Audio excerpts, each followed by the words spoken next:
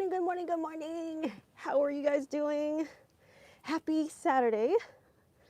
Wow, we're like less than a week from Thanksgiving. What's up, you guys? Let me just put this on and we'll get started. Not as cold as I thought today, so that's pretty nice. Let me just try to get this set up here. Uh-oh, what just happened there? Hey guys, this thing is always stuck.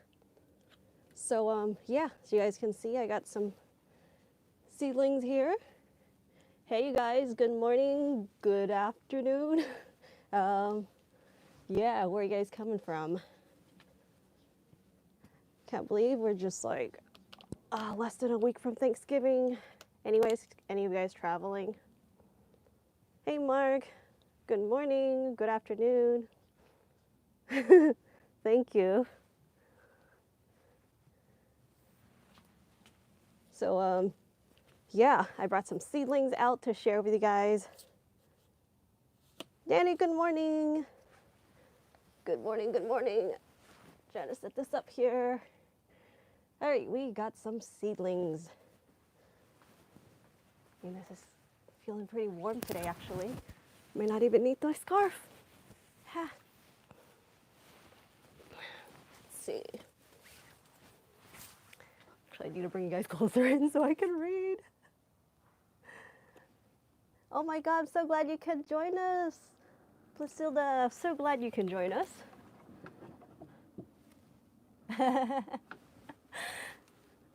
Cool. Yeah, so yeah, I was gonna give you guys some updates on some seedlings, as you guys can see here. And yeah, I think they've been growing for about 2 weeks now, I think perfectly, just 14 days. And let's say what else. Oh, I wanted to give you guys a couple of updates. I do have some new stuff at the shop. What was it? The pineapple sage. I think some of you guys were interested in this. So this is like the lime green pineapple sage. It's like flowering right now. And this is the onion, raku onion, which does not require cold stratifying. So they don't grow where it freezes right now, you know, so you can either keep them indoor or don't start them yet. But for like mild winters, like here in Zone 10, it's a perfect time to get them out. So these are new at the shop. Also got like, I just dropped in those jasmine green tea at the shop. I was like super happy that I was working on that. But yeah, those are the updates. And then the garden. I haven't had much time to work on it too much. I was just thinking the last time I was talking about moving the green stock over to the other side.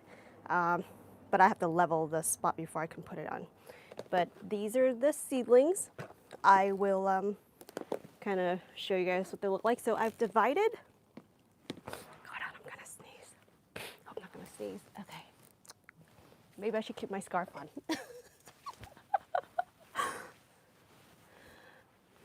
Okay, I feel warm, but like the air is still kind of cold. And I will bring you closer so I don't have to hunch. Okay, that's better. Dijurity, is that how you say your name? Hey, thank you. Thank you for the flowers. Always lovely to have flowers. Yes, so let me just kind of go over what I got here. I got two different trays because I start them all out the same way, but then I'm actually watering one of them with the Vermistera worm casting, like the Vitality tea, and it's supposed to help with the growth. I've done that, you know, I've used that throughout the garden, but I've never tried them on seedlings, so I'm really excited to experiment with that. So far, I think the one that I used, the Vermistera, certain plants are responding to it quite well, but right now the race is at it's still pretty even right now. Let's see here. So this is the one, I water with just filtered water. I got the wasabi arugula.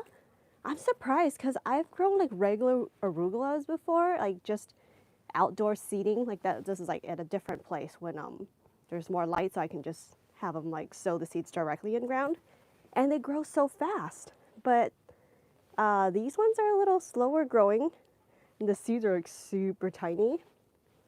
The lettuce is growing like crazy fast. And this is like another one of the Asian veggies. It's called hong choi sum or something. And it's supposed to have like this, it kind of looks like a bok choy, but it has like a purple streak. So kind of like a bok choy and like a purple Japanese mustard kind of. But this one is not spicy, I believe. So it looks like this type of veggie is responding well so far with, you know, the Vermicera vitality. But just in general, and the Swiss chard is actually growing. Oh, I'm sorry, you know what? This one actually has the Vermicera and the other tray doesn't. But yeah, so far only a couple ones I'm seeing is growing faster, like the Swiss chard. And the back, the parsley hasn't germinated yet. I guess that's to be expected. Parsley, kind of like carrots, they take a little longer to germinate, even though it's been 2 weeks. So I'm hoping by next week they will germinate, because I didn't grow any of these from like super new seeds.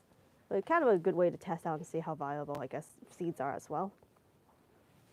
Yeah, so no parsley has germinated yet. And I know that they kind of germinate a little similar to carrots. Like you kind of like sow them more on a surface level, but you still kind of cover it lightly with some soil. But it, you know, it's like the packet said that it takes like between 2 to 3 weeks. So we're just at day 14. So we'll see next week, hopefully. Thank you, Mark. Hey, Amy. Thank you. Nice to see you. Yes, I think it is time for tea. I'm getting sniffly. Hot water, hot tea, something warm. I guess so we'll start with that. I will just set one of these aside, but let me just show you guys. This is the one I did with water, just water. So seedlings tend to grow a lot faster for me because I start them indoor with the grow light, so they get very, you know, like a controlled environment with full sun. Whereas here, full sun is like 8 feet tall, like 8 feet above ground. So yeah, so far they look pretty darn similar, right? I think only like the bok choy right now is really like a little bit more of the obvious one that's like enjoying the vitality. And some Swiss chards too. But the lettuce just super easy to grow. Like they're just so fast. The first to germinate out of all these, and they're just like super abundant. And I do need to thin these out. The only problem with thinning these out is, you know, deciding either just to clip them and eat them as like little like baby greens, or do you take the time to carefully split them? I would love to split them and grow more of them, but the only problem when you split them is that you end up having a lot more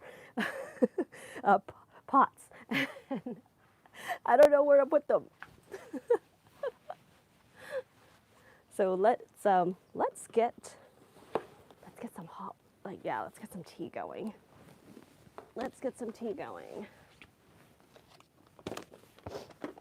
So I know last time I was talking about like, oh, maybe I should, you know, break out that mulberry wine that my mom made, but I need to check. I don't know if I'm allowed to drink on here. Do you guys know? I don't have a sore throat.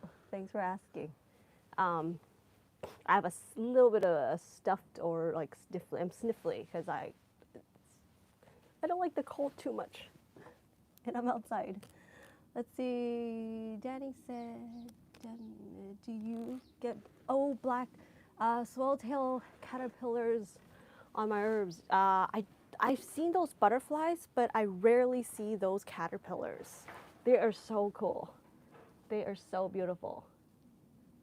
Yeah, I try to like catch them with the camera, and I haven't been able to yet. That would be so cool. Do you get them in your garden? Hey, Don.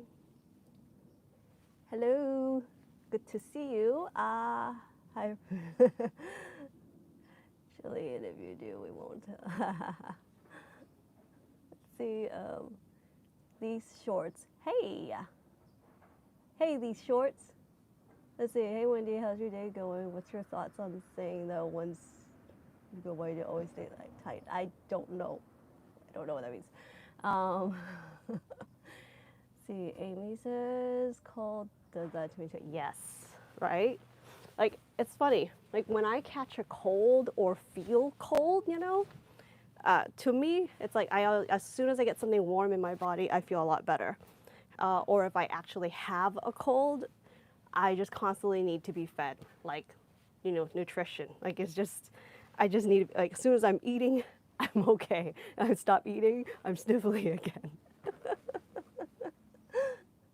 See, I couldn't grow herbs outside in the, what is that? Where is NE? Is it in New England? God, I'm so bad at geography right now. My brain can't function well because of those doing things. Oh, what? Oh, caterpillars? Yeah, what does, so swallowtail eat the greens? Yeah, see, I guess that's the cool thing about monarchs is that they only would eat milkweed, so you don't really have a problem with others. These shorts, is that a dragon emoji or a shrimp? What is that? I haven't seen any so far here in Vegas, but I still, okay, yes. Yeah, I hope you see them.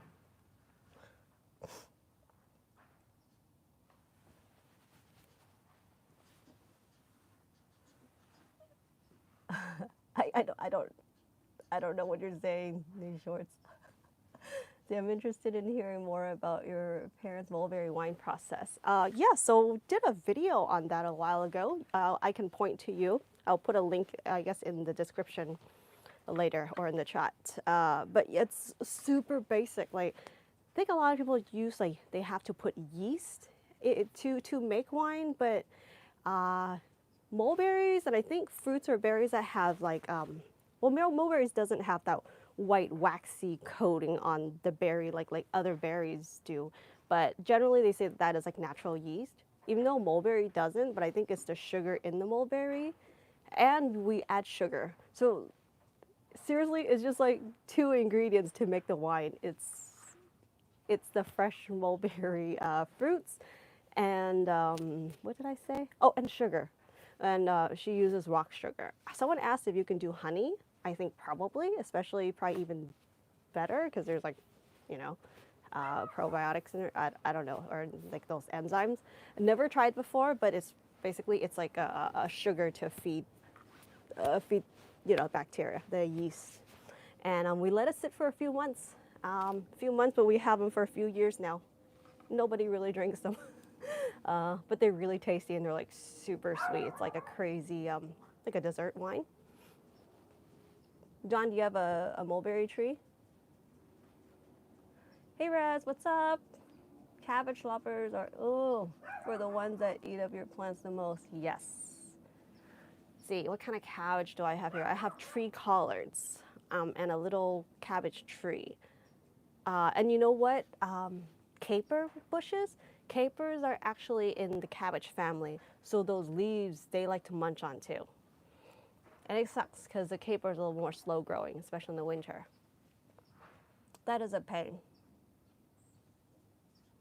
The little white butterflies and black, yeah, that's just how it goes. Especially right now, it's kind of cooler, but it's not like cold enough yet. So this transitional period is when all like the bugs are out. Danny says, fermentation, yes. Basically, it's a sweet fermented juice is what the wine is, but it's like super alcoholic. You know how sometimes if you leave juices, like after you juice, especially if I added like a type of like a, sorry about the dogs, guys, the fruits, if there's fruits in my juices, even my green juices, but just like a lot of fruits in there, especially berries, it would just become more carbonated in like leaving it in the fridge for a few days. I love that buildup though because it tastes like soda. So I think naturally, just like the berries and like the sugars from it. Helps to ferment. And it's so yummy. It's like a really sweet, I want to say super sweet. Depends on what you put in it. But it's like a sweet kombucha mixed with juice and soda, I guess. Well, no. Yeah, just kombucha, like a really sweet kombucha. Definitely looking from your earlier vlog. Yes, I will link you to it. Or you can just search like Mulberry Wine. It'll pop up. Yeah, I need to look up like the YouTube thing, like the policy. Can I actually, I would love to kind of open that and drink it. We haven't touched it in like a few years, that wine. Then do you often drink tea from leaves from the berry? I do. Just one tree is plenty for us and our friends. So yeah, we have it weekly. I want to say, you know, maybe every other day. Sometimes like every day for a while, and then we would stop for a few weeks. There's just like so many flushes of leaves throughout the year. So I generally do like dry a lot of like, because I grow a lot of leafy greens and just such a small space and lots of shade. So yeah, a lot of greens, a lot of herbs, a lot of fragrant leaves, kind of like herbs. So end up drying the ones I don't, you know, that I can't use.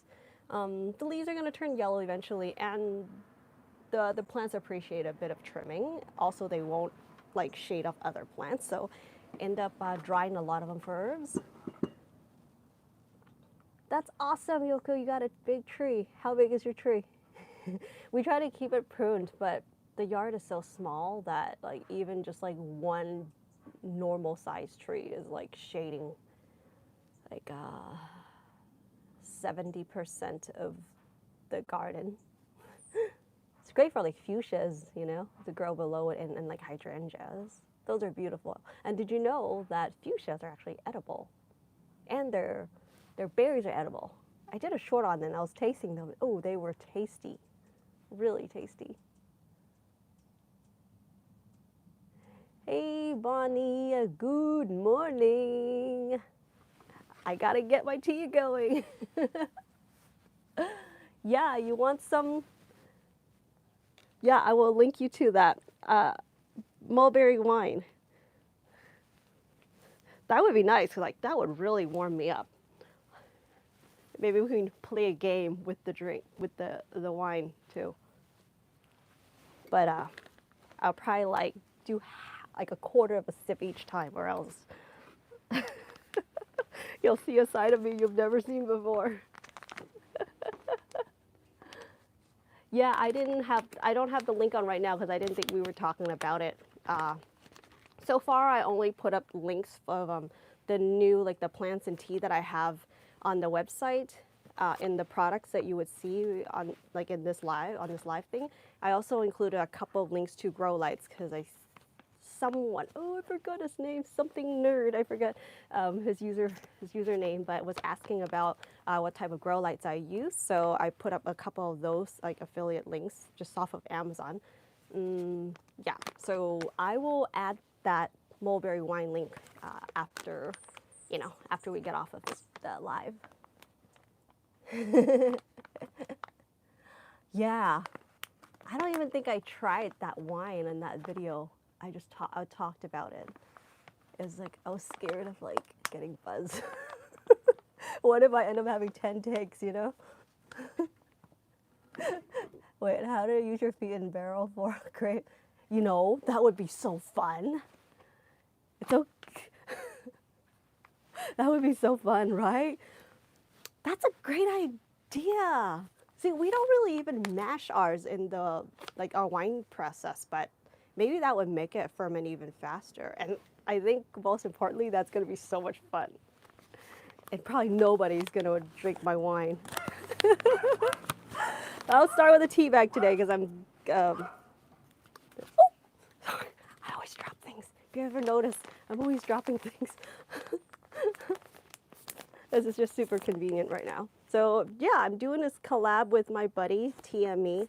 She does these pop-ups around like the local area, and the tea is amazing. This one, people always ask me for, bring them tea whenever I travel.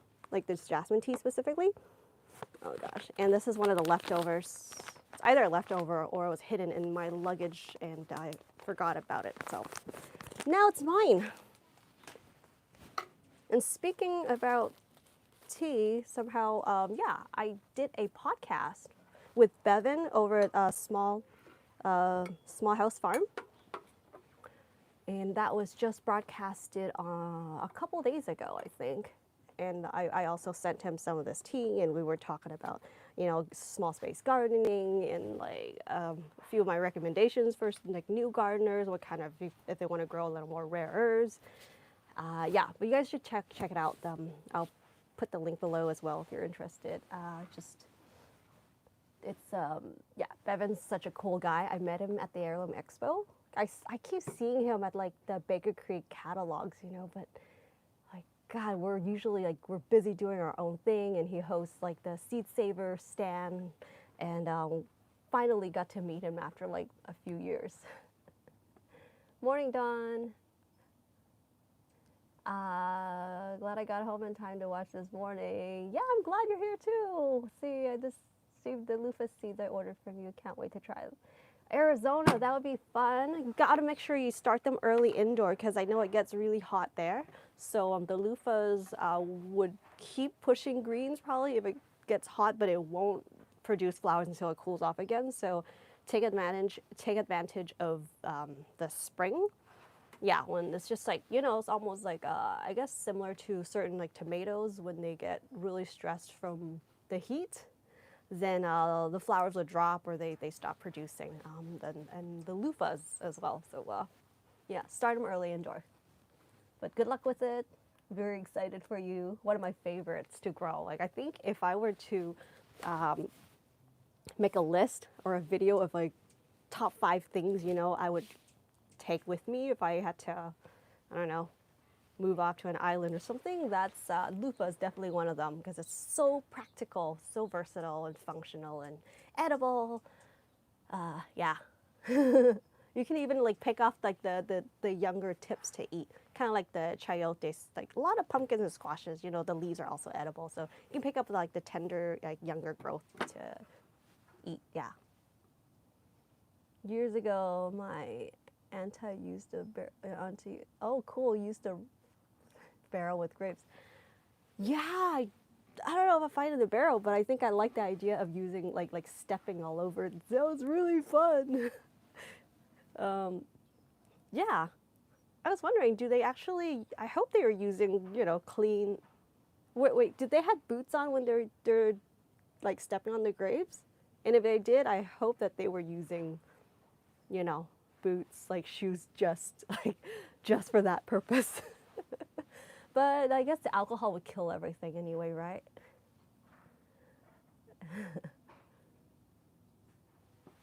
Let's see. All right. Time to make the tea. Oh, I almost spilled on the seedlings with this hot water.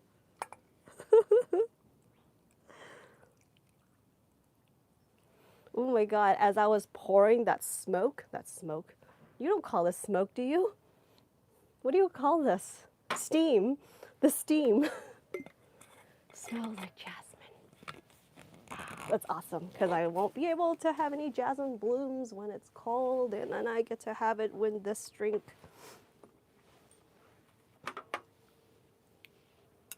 Yeah. Time for tea. Anybody add milk or nut milk or something, or honey or sugar, some sort of sweetener to their teas? Like, do you guys like, you know, milk teas? I started adding milk and honey into my teas like way earlier on, before like I realized that it was like a British thing. But yeah, but it smells so good. You add beef fat to your tea. No, as long as it's to your liking. Oh my goodness, it looks like it like could rain today. Oh, there's a hummingbird right above me. And I'm seeing these really, like, chayotes are getting so big. So I grow like the creamy colored, like so funny because these chayotes are spiky. And when I was given to me at one point, they were green. They're green spiky chayotes, but they somehow came out like this creamy white color for me. And I kept taking this same seed or this fruit, kept regrowing it, and it came out this like cream color now. But anyway, because they're like dangling and they're so big on the trellis that like you kind of have to be careful when you're walking because if they just like fall, it's kind of, I mean, it's kind of like a durian falling on your head, but not as big, not as big as a durian.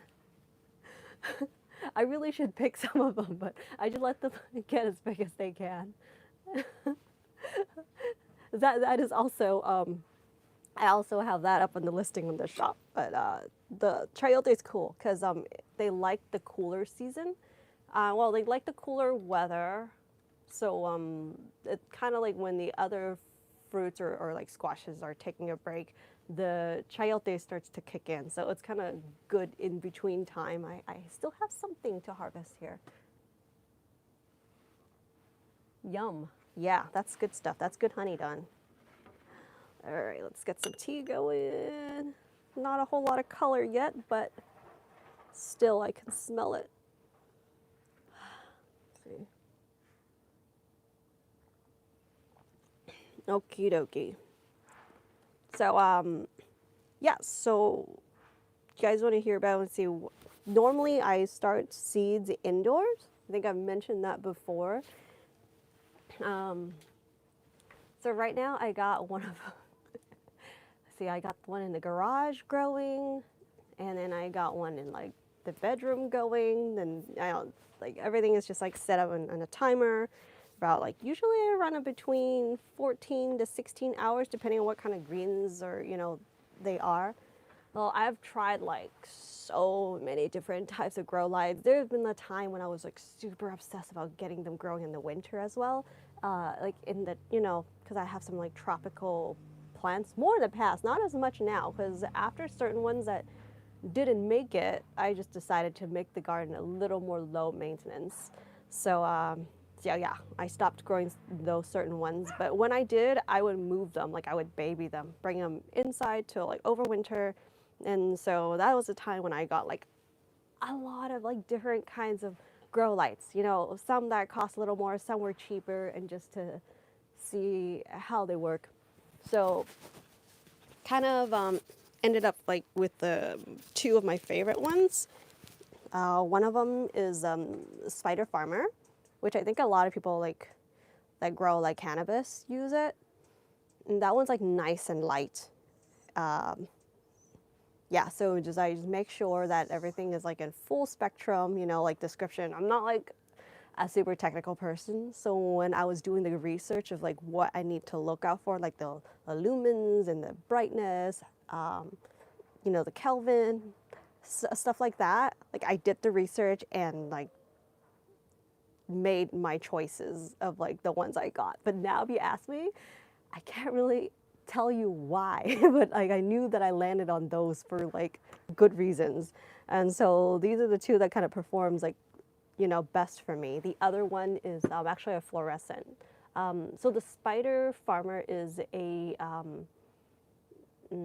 LED, and it's supposed to be, energy efficient, which I think it is because I'm not super technical, like I said, so I didn't actually compare like my energy, like electric bill, but it wasn't, I don't think I noticed that much of a jump.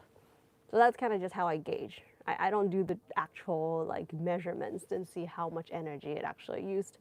And I was running that, I was running it for like four months or something, because I try to get the plants growing as big as possible until they can't fit in the garage or wherever the space, and then I move them outside, because the larger the plants get, the faster they would keep growing in the garden. Yeah, because there's a lot of shade here. So I try to take advantage of the grow light a lot. And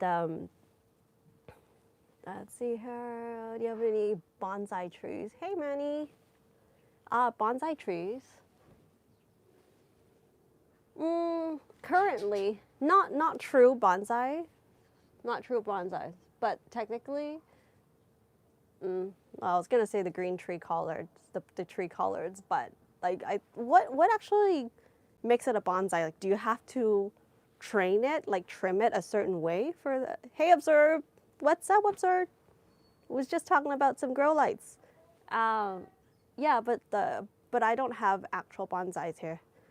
It would be cool to have like an edible bonsai. Like, if what if I trimmed, like made the mulberry tree to be bonsai, you know? But it's gonna be a lot of work because mulberries grow really fast, so it'll be constantly going there trimming it. See, LED lights don't use much power. Yeah. So yeah, that's why I didn't notice much of a jump on like in the bill, but on the bill, but yeah, again, like I can't tell you how much more in dollars that it costs.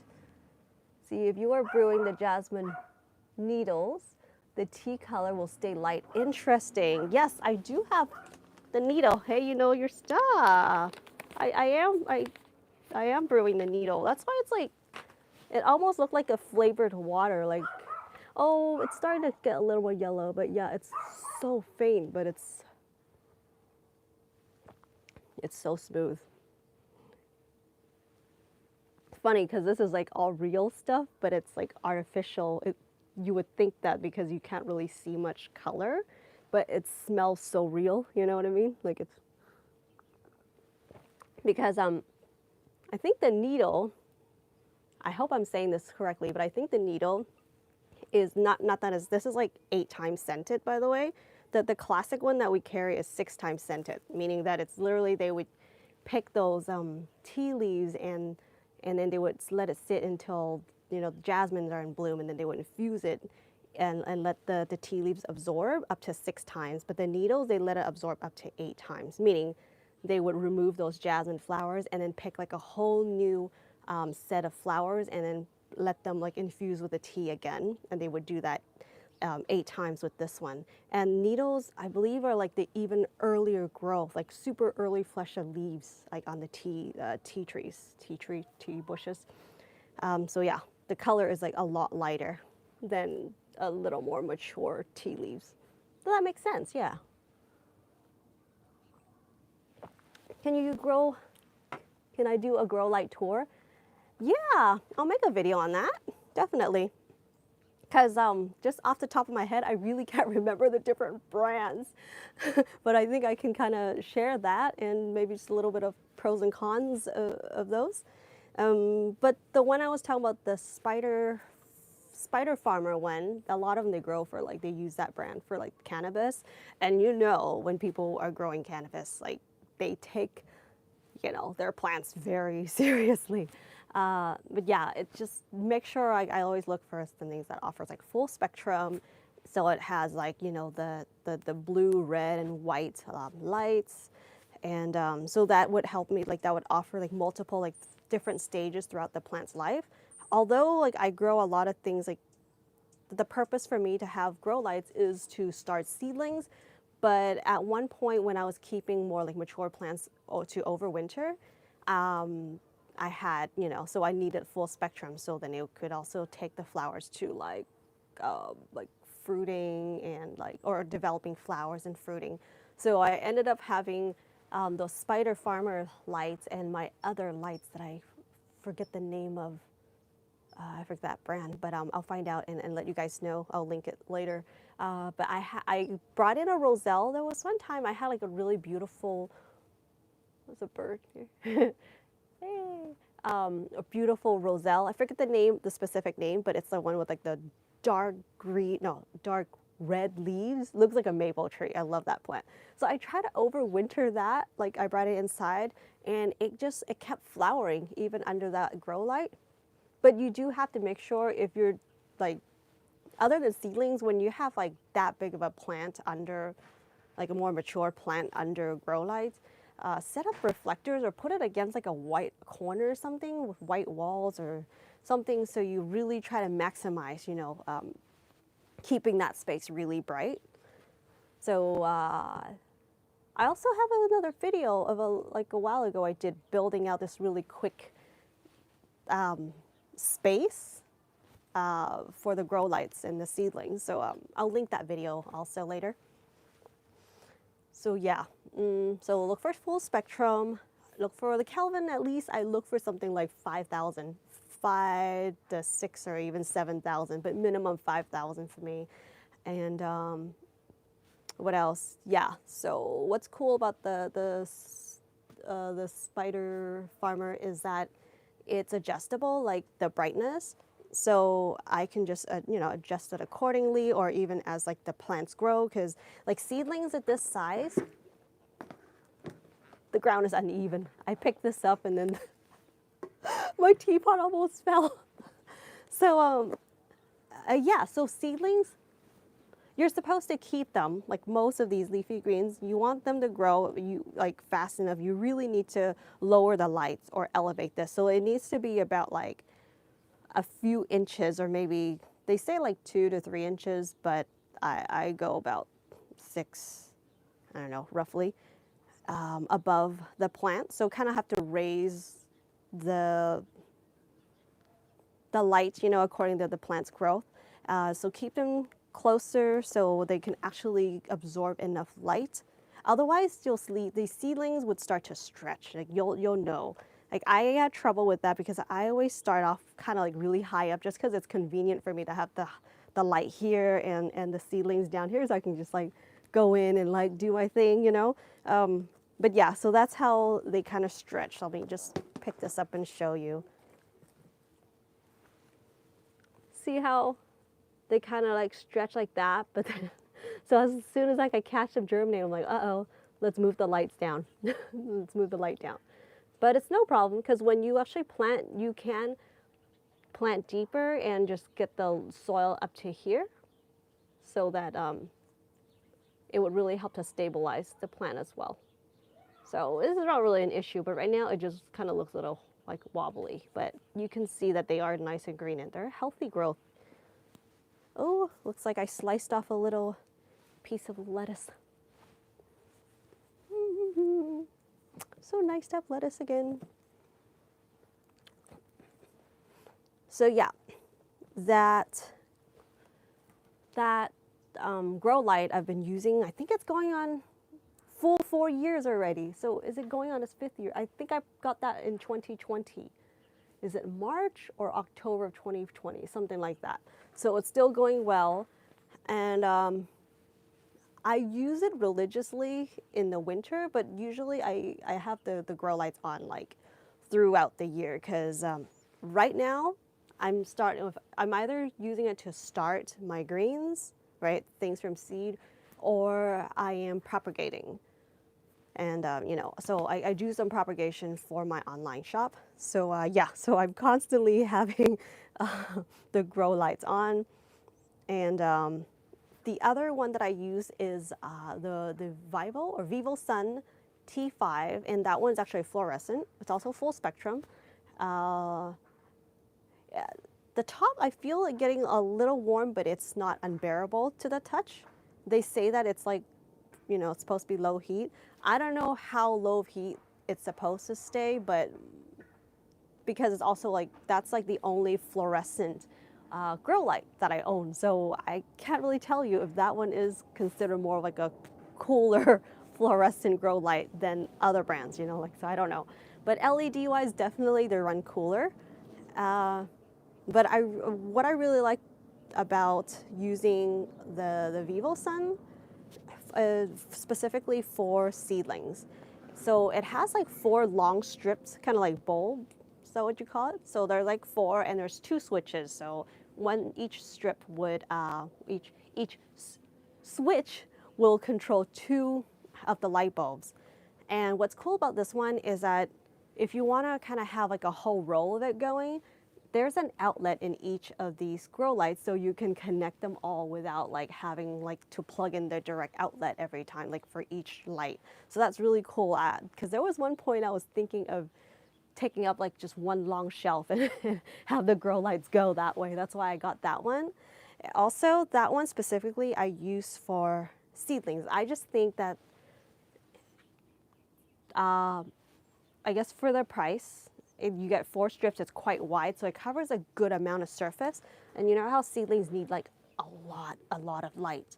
So I'm gonna end up using that mostly for these seedlings, seedlings in general. And then the other types of like LED ones, I use it for more like propagation and like more mature plants. Hey SK, plant yoga.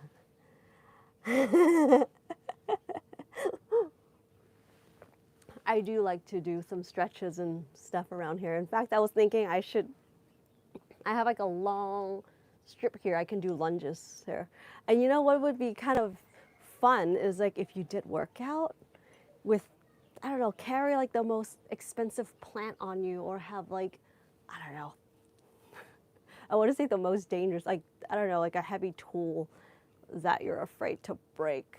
You know, like if you're afraid to break something, you have to be really careful, and you're going to use all your force to keep it. And like, hey, you can use that to lift weights. It'll be like, it'll motivate me. You put those lights on series plugging into each other. Yes. Yeah, the Vivosun one is like that. Oh, why did I do this? I'm like getting, it's like splashing all over me, spilling. See, for grow light reflectors, I use empty roller chip bags, extremely reflective. Yes, they are. I got some ones that they made for green. That's a great idea. I have something that's like really durable. They make it for people to actually use as a backer. It's a reflective also. And I have that one outside too for the backer for one of my shelves in the patio. Because, you know, the backside doesn't get as much light. I don't think it helps too much, but at least it helps to keep water away from constantly getting like the wall wet. But yeah, reflectors are great. Foil or I guess chip bags, that's a great idea. That's a great idea. Boy, the color is coming out. But it almost looks like a champagne color. So pretty. Oh, it smells so good. It's interesting, even some people that don't like floral flavor, like, I don't know, something about jasmine, it's not overpowering. It still has a, maybe because it mixes with the tea flavor really well, but it just doesn't taste overwhelming, but it's good. Yeah. I need better descriptions. See, you put the lights on series, yep. And so do most of you guys start your seeds indoor or outdoor? Well, I guess that's not really an option if you live somewhere cold.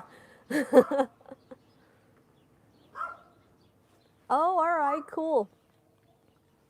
Well, I hope they do well, the USC game. Yeah, that's exciting.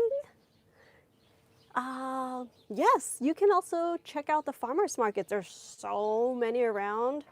Man, yeah, I've been trying to like test out the live thing. Like the reception hasn't been great around, so that's kind of difficult. It's like, I know I had like all these ideas of taking you guys around, but I kind of figure out how to really do this. Like, or I thought, would I do like a virtual, like record the tour first and then broadcast it on the screen and like watch it live with you guys? I know the vibe's gonna be a little different, but like, other than doing it that way, like a pre-recorded style, like live sometimes, you know, it can get like frustrating when you keep getting cut off or get like really pixelated.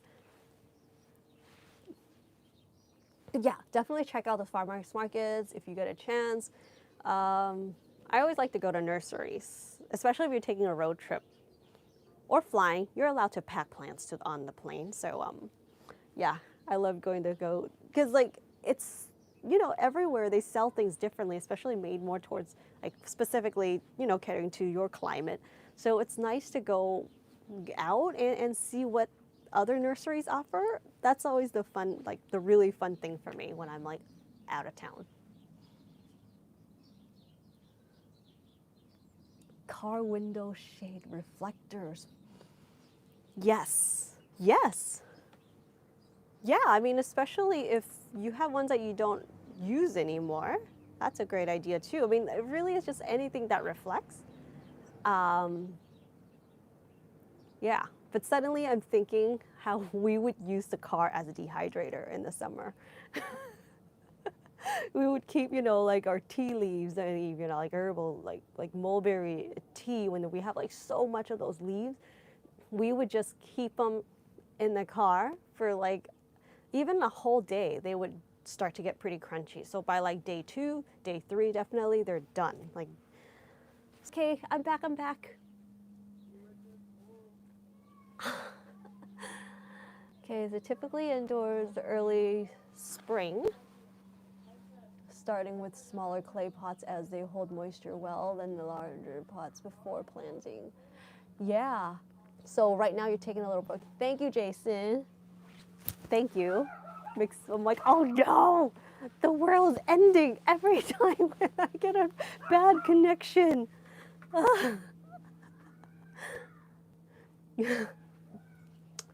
So, yeah, right now I got these. I just can't wait to get these. Yeah, right now I got these. I just can't wait to get these out. Like, I'm super excited to have like a dedicated spot for greens. That's tough. I'm super excited to have like a dedicated spot for greens. That's tough for me to do, My green stock, I'm gonna do that. And God, there's like so many themes I can play with the green stock. I just wish I had more room to. I need to probably move them onto like different sides of the house or something and grow some shade plants on there. But yeah, so I usually would grow like seedlings, I guess, 2 times a year, 2 to 3. Because then by mid-spring, I would start growing my Egyptian spinach, which is my other favorite leafy greens, especially because they grow well in the heat. So that's like my summer crop. And it's just got those delicate tastes, the delicate texture that I really like. And like peppers. But for me, you guys, even though I live in 10, like, excuse me, zone 10, I feel like sometimes I live in a lower zone just because I have a more microclimate here due to the space, the lighting issue. Sometimes things would take another, like twice as long, 1.5 times to 2 times as long to grow something than my neighbor, say, if my neighbor had full sun. So that's the challenge of being in like a small space. But at the same time, my stuff are able to remain warm for a longer time just because it's just the microclimate here that's, that have been created when other people's plants died back. So, give and take. So yeah, I sometimes I really don't feel like I'm like that I'm in zone 10. Like people all around, I get jealous seeing, on Instagram and social media where people are harvesting their ripe tomatoes already, and mine are just starting to like set fruits. They're still tiny and green. Like, yeah. So I have to start my stuff much earlier than others. Do I enjoy doing live streams? I do. I love being able to interact with you guys. Like, everyone's always like nervous about doing presentations, talk. Like, there's like this thing, right? But I wish I started this sooner because I think this is fun. Being able to just kind of come out and like chat with you guys. It's a different, feel than just writing a comment back. Yeah. God, I'm just a little nervous about getting colder, like being out here. Like today is really nice, but get a fire pit going. Hey Enoch, Urban Gardener, what's up? Thank you. Oh, Enoch, thank you for reminding me. So you guys, I don't know if I should be sharing this in public, but like I have this crazy idea, but I think people around me had banned me due to safety issues. So we're talking about like rooftop gardening. I don't know what your thoughts are on that. Like, sometimes like gardeners, when you talk to someone who are like-minded, would be all in on your ideas because you're both just as excited about that thing, right? And you tend to forget or don't think about other things like to kind of assess, you know, like I'm thinking when I went up because I have a flat roof, I was like, oh my God, look at all this space. It's full sun up there and the view, it's awesome. Um, but you do have to go up through like a straight up, like almost like a fire escape that's like attached to the house. But I was like, like so like this, the biggest concern is really like the safety thing. Safety for everyone, for myself, for everyone.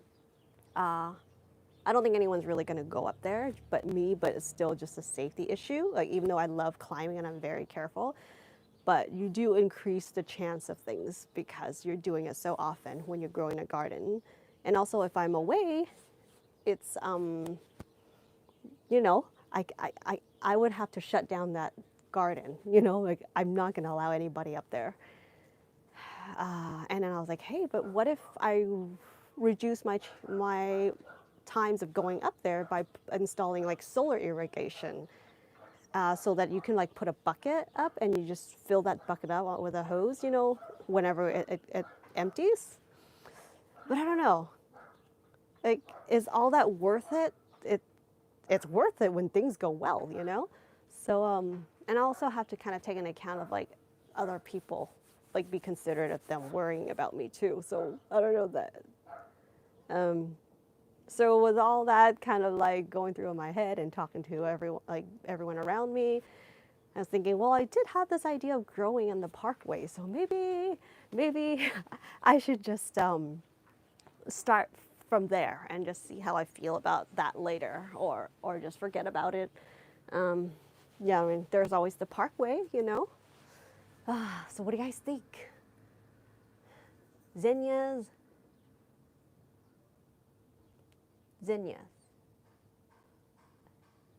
Okay, I was sending Manny. Okay, my second round of Xanax are just starting to show off, and it's starting to get cold. Oh, sucks. I moved a couple of pots.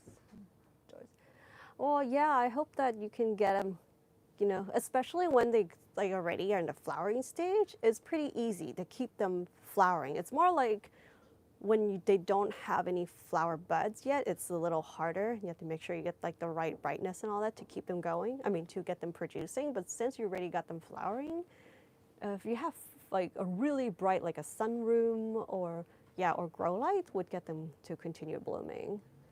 It does suck because like when you have like, it's like my plants here. You know, as soon as they catch the like enough sun, when they grow tall enough to get enough sun, like the cool weather is coming and these summer crops are like finishing, so you get a much shorter season in a way. Yeah. Hey, Whiskey. Happy to see you. Glad you made it anyway. Let's see here. Let's see. Try a stylish, yeah, hydroponic buckets on the rooftop. Yeah, you know, like realistically speaking, I would probably see myself. Like, it's actually really tempting, right? Once you grow a garden, it's freaking tempting to be tending to it or just to go and chill in that space. So like, and then you'd want to go up there and just want to look at the plants. Like, yeah, I can put a camera up there, but then you'd probably gonna want to go and enjoy the plants, harvest. What else? Maintenance, you know, trimming, pruning. So like, you're probably gonna be going up there a lot. Like, yeah. Oh, I don't know, but it was like, it's a lot of space and it's full sun. But yeah.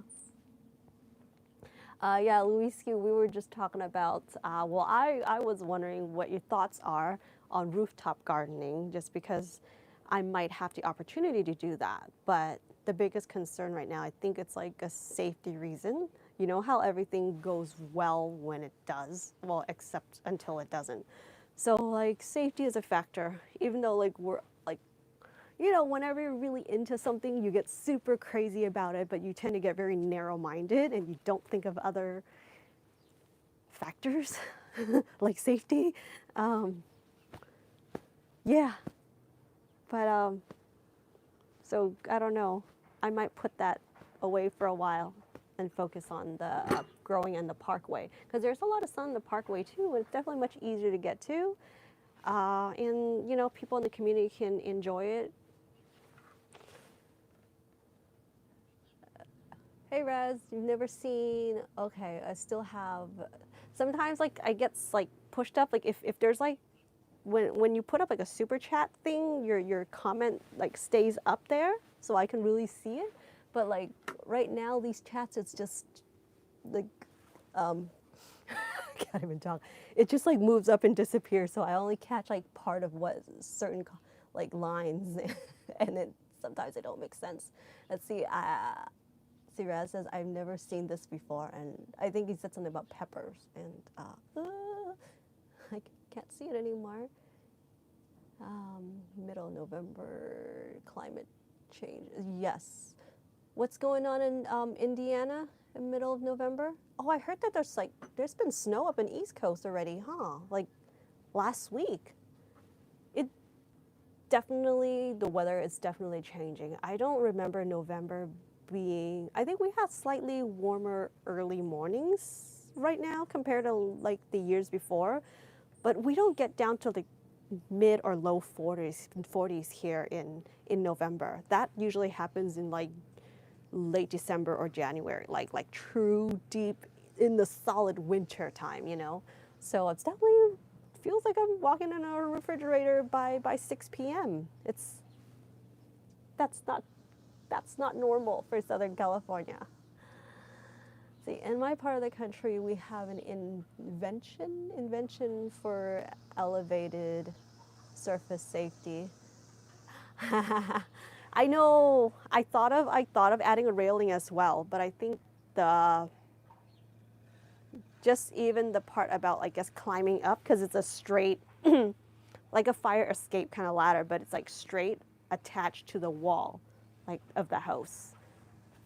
So I was like thinking, I was proposing the idea of what if I constantly like I have like a rope with a basket so I can just kind of pull things up. Like I wouldn't be carrying stuff and climbing up the ladder. You know, I was like also thinking of safety issues, but I don't know. Believe me, guys, like I really want to do this.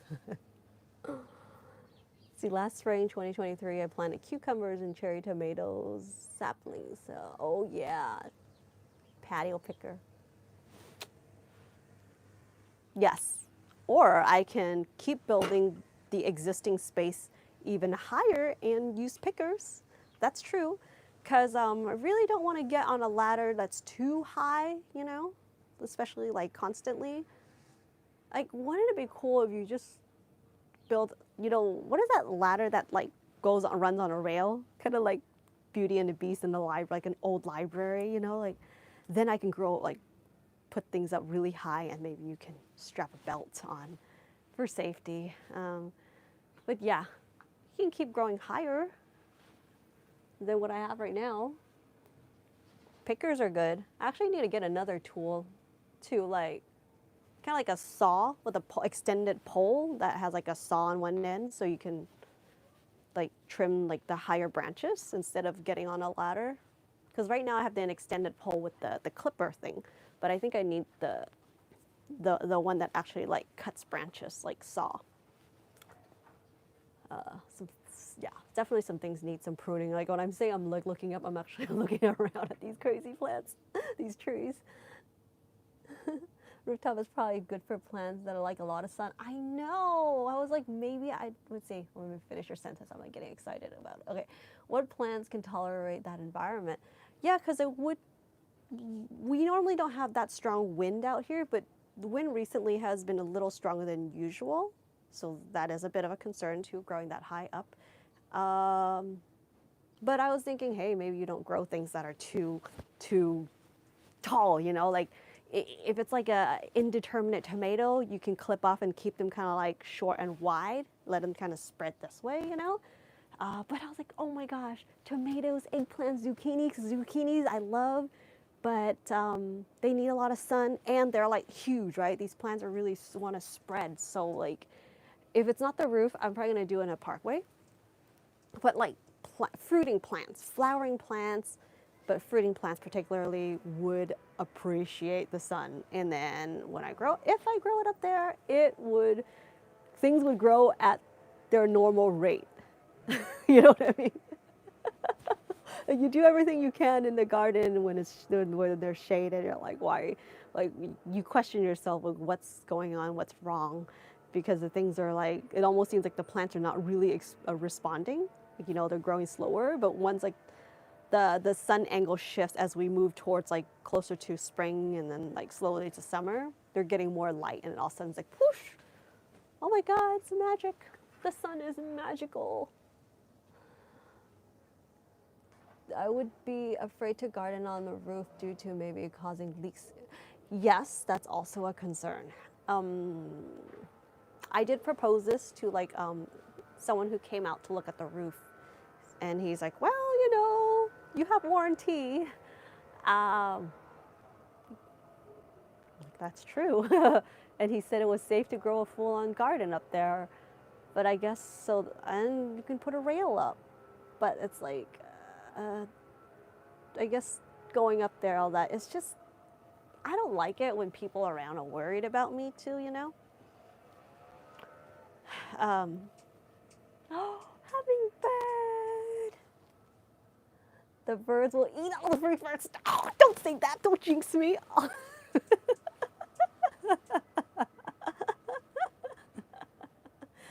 Well, I would set a camera up if I were to do that, you know? Now, is it birds or is it going to be like mice and raccoons? Raccoons? Possums? Is it raccoons? What are the ones that might possibly give rabies? The really cute ones. Are they raccoons? I'm suddenly forgetting their names. I think that's a raccoon because I've seen them around and they're so cute. Yeah, there's definitely some wildlife, you know? Maybe keep a snake up there. No, I'm just kidding. I don't know. My crazy ideas. There was a time that like a wildlife, like was like a California king snake that had just like appeared in the garage. It almost looked like a baby snake, but based on my description, the ranger said it was actually a full-grown snake. But it was cool. Like at first, it kind of made me nervous when I spotted it in the garage, and he was kind of like shy, right? He goes like against the wall. I was like, and then after a while, I'm like, hey, it's kind of cool, especially after identifying that it was like a California king. They're not venomous. And then I even read that they would eat mice. I was like, oh, maybe like will you stay around? Like if I built you a little cage for you to like, what do you call, go hibernate, like tuck away somewhere, like would you stay? Oh, but 2 days later he was gone. Let's see. Mice. The birds will eat, yep. Possum's not cute. Possum babies are pretty cute. Which I think I remember recently I saw, like, my friend showed me baby pandas when they're like newborns. They actually look kind of like baby possums. But they get cuter in like a couple of months or something. You know, some people do have possum as pets. I guess people have different, you can have any kind of things as pets, I guess. Are they pretty smart animals? Like, I don't really know too much about possums, except that my dog before had caught like a couple of ticks from them. And they poop, kind of like cat-sized poops, and they can be pretty destructive in the garden. That's a parkway idea. Yeah, how many mammoths, seedling sunflower seeds you think if I just scattered some will germinate? How many sunflower seeds I think would I just add? Depends how fresh I guess your sunflower seeds are, but sunflowers usually are pretty easy to germinate. They're beautiful. Like I have thought maybe I just have like almost like a farm style, right? Just or more wild, but like just like a whole patch of sunflowers. Always been like wow, that would be so beautiful. But then why would I grow one type if I can grow many, you know, when I have limited space? I'm like, yeah. But I'll probably have some sunflowers out there too because I really love them. And there's like all kinds of sunflower colors now. So cool. But I think my favorite is still like that classic bright yellow because they're just super cheerful. Like I want to let sunflowers be sunflowers, just like, you know, like a ray of sunshine and cheerfulness. Let's see. Big rats. Oh yeah, the possums. Their tail looks like a rat. Yeah, big rat. It's crazy. Like when you're growing a garden, you're not only growing it or feeding yourself. You know, like the wildlife would come, especially when your neighbors are not growing anything, or your neighbors are like spraying. You know, and there's been a few times I've seen like the mice would come and like die here. So that means they're probably poisoned. And as much as like I want to get rid of them, but at the same time, like it feels so bad when you see one that's like crawling, like it looks like he's probably like had a really major stomach ache. It's awful. And then when you see their face, I'm like, oh God, you're actually quite cute. Like darn it, darn it.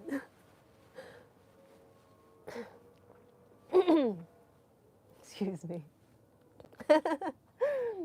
Girl and pirate style. You know, I saw, what's this other YouTuber? He does like traveling shows. Drew Binsky, I think. Anybody watch him? Sometimes I pop on and check on it. And then there's this episode where like he does like travel and documentaries and stories. And there's like this temple in India where they pray, they honor, they raise and keep like mice. So I think there were like thousands of them in one place, like this temple, because they honor them, say they believe that these are their ancestors. So they would just let them roam freely. They would eat with the humans as the humans are cooking or having food to offer. These mice would like hover really quickly and they're just taking their bites. And sometimes I think like say if you eat similar foods or your pets have the same diet as you, or you keep them indoor in like a clean environment, then like they're a lot more clean, you know what I mean, than like them living outdoors. But even though like the situation with these mice was that even though they were living indoors, the environment is not clean, and you can see that these mice are living between the walls and things, and some have like scrapes and they're like bleeding, and like some of them, their hair are falling off. You can tell it's just not a great environment. The guy said that he's never gotten sick, you know, like maybe because he's so immune to it because he grew up in it, but I believe that temple belongs to his father or grandfather, so he like was raised in that temple. It's but yeah, sometimes that does make me question, like, does like when we're too careful about like how we live, like cleanliness, sanitation, or food, like does that make us a little more fragile with our immune system? I don't know. I'm not encouraging anything, by the way, but this is just sort of like me thinking out loud some things that does cross my mind sometimes when you see how people, you know, that completely makes you question things because they live so differently than you. Yeah, their microbiology begs to differ about human biotransmission. Yeah, and sometimes the saying, right, that the things, I don't know what that saying is, how you say it actually, but basically when like you don't know until something happens, right? Things are always good until like something happens. But it's just when you get like some people that tell you, mostly like older generations, like my family would say, oh, we've always done this way. But like, yeah, it doesn't mean it's right, and maybe you're lucky every time, but it's hard. It's hard when you know, when you have the information and you know what's actually more the proper way to do things. And it's like when you travel, I think in Southeast Asia, you kind of have to be a little more flexible, and even with like sanitary, you know, situations. So like if you're like, because I guess you never built that immunity for it. So you actually get scared when you travel to places like that. And then they would tell you, oh, this is how we live. This is how we've been doing it all the time. Look at us. We're fine, you know. But it's tough. Maybe there's no right answer. Who knows? Grow the sunflower, walk down Bolsa Chica. Oh, the beach area? Wait, and are you from SoCal? Sucan Killer, are you from SoCal? And throw the seeds along the fence by the river? Yeah, what is that called? Gardening, was it guerrilla style gardening? That's cool. See, this is like this whole other thing I mentioned to one of my good friends before about guerrilla gardening, and she doesn't think it's right. That's a whole other topic. But man, she and I can get into these conversations. We don't get mad, you know? We're just kind of like simply discussing. But it's interesting to hear like a gardener and a non-gardener, just people having different, you know, opinions, seeing things from different sides. But I would love to just throw some seeds out there. Some, I want to say wild, but they won't really be wild if they were seeds that I bomb, you know? But sunflowers are always so beautiful. And then you're actually like feeding the wildlife, I guess. Or causing more bird poop. I don't know, man. I'm always like saying something and then like the other side of me just like bam, like contradicts myself. Why do you say I have a powerful immune system, Red? Actually, I don't want to jinx it, but I feel like you're pretty good. I'm pretty blessed. I'm thankful that because a lot of people that travel to Asia, like all my friends and everybody always tell me like they get, I don't think it was anything major, mostly just like a bit like diarrhea, you know, here and there. But I think some people, I also know some people that get them here anyway. And I guess you just have to be more cautious of what you're doing. And I'm pretty adventurous when it comes to food, so I like trying new things. And I feel like maybe if you're, this is just my theory, okay? Like that because I like to try all different things, my body is probably a little more used to, I don't know, putting random stuff in me. And like as a gardener, you know, most of you guys, I'm sure you know that. Like, do you guys, tell me this, do you guys wash or do you dust off anything you pick in the garden, like when you're gonna eat, you know, when you grow your food? Obviously you would wash it if you have like a big batch, like if you're collecting to prepare for a meal. But if you're just out there and you see like a cherry tomato or some random fruits or like a mint you want to try and you just like pick it off and eat it right there and then, do you wash it? Like I don't really do that unless there's like obvious things like the fireworks just happened the night before, you know, or there's been like a fire going on the other side or something. Obviously, like on a very, okay, I'm back.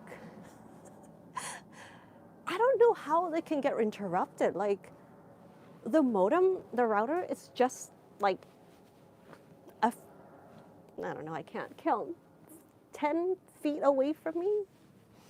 Not very far. I will eat anything, almost anything. Almost. I'm very curious. So like to me, maybe because luckily I have a pretty good stomach. So like I just think like if you don't like it, you just spit it out. You know what I mean? But I think for some people with their past experiences, I understand that I can see why they're concerned of being more adventurous because, you know, they've gotten sick or really sick from things before. And yeah. But for me, I kind of think like, hopefully my instinct is right all the time. But I'm like, do I think I can eat this? I don't know. Just give it a taste and kind of like tap into my intuition, you know? Should I keep going? Kind of like this one scene when I was out in Vietnam in the countryside, right? I was like trying out this coconut variety. And it was just like there were some flies hovering around certain ones around it. Like there were some that dropped and like split open. Maybe the guy hacked it open and saw that it was like not up to his standard and he just like left it on the ground. But by the time we got to that place and I was like super excited, and like, because I've never seen, I heard about that type of coconut for all the time. For you guys, just in case, to fill you in, that coconut is super gooey, and it's just so different than anything you've ever seen at the market. So like, I highly recommend you check that video out. It's one of the videos of my recent release, and I was like super excited to go to this place to check it out. And what I learned about this coconut is that it's actually the same kind we normally see out here, but this coconut turns out is because it's a more like an abnormal, it's like a mutated coconut. So you actually cannot take this coconut and sprout it and grow, because that seed will not be viable. It just doesn't absorb nutrients, and so it can't turn and like into, I don't know, whatever it does in a seed and to sprout. Like, it would not sprout from this. So it's like a bad coconut or a mutated coconut from the common variety. So at the end, what you get is like this really gooey gel thing. So as we got to this place where this guy grows it, and yeah, they were like underground. My friend Kyle was there helping me film, and excuse me, I was so excited as I saw those. I picked it up and I was like, look at this coconut. And obviously I did think about like, is this clean, you know, till you even touch it. I took the cleanest one, because there was like, I think there were some that were like more dirty or like had some green mold on it. Obviously I didn't touch that one, you know, but like I picked that one up and like I touched it, right? And it was like, oh, it feels nice. I'm like, okay, baby steps, right? Baby steps. So like I touched it, I played with it. I'm like, okay, well, maybe I could smell it. Like, it smells all right. It didn't smell bad. How do you assess something when you've never really had it before? For me, intuition and maybe experience, because sometimes usually you can smell if something is bad or went like bad or fermented. So yeah, so my first was touch, second was sniffing. I think that was my order. The third was like maybe a little lick, just a little taste. It tasted fine to me, you know, but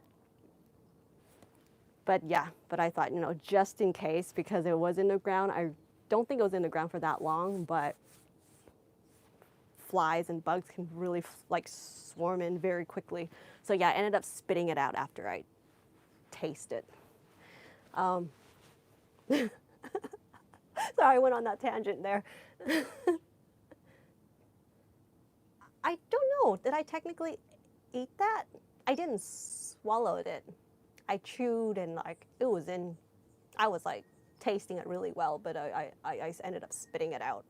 And then, see, that's like, I love, that's the thing I love about Vietnam, is that sometimes it's difficult because of the language barrier. Sometimes the deeper you go into the countryside, like there's fewer people that speak English, but people are usually pretty friendly.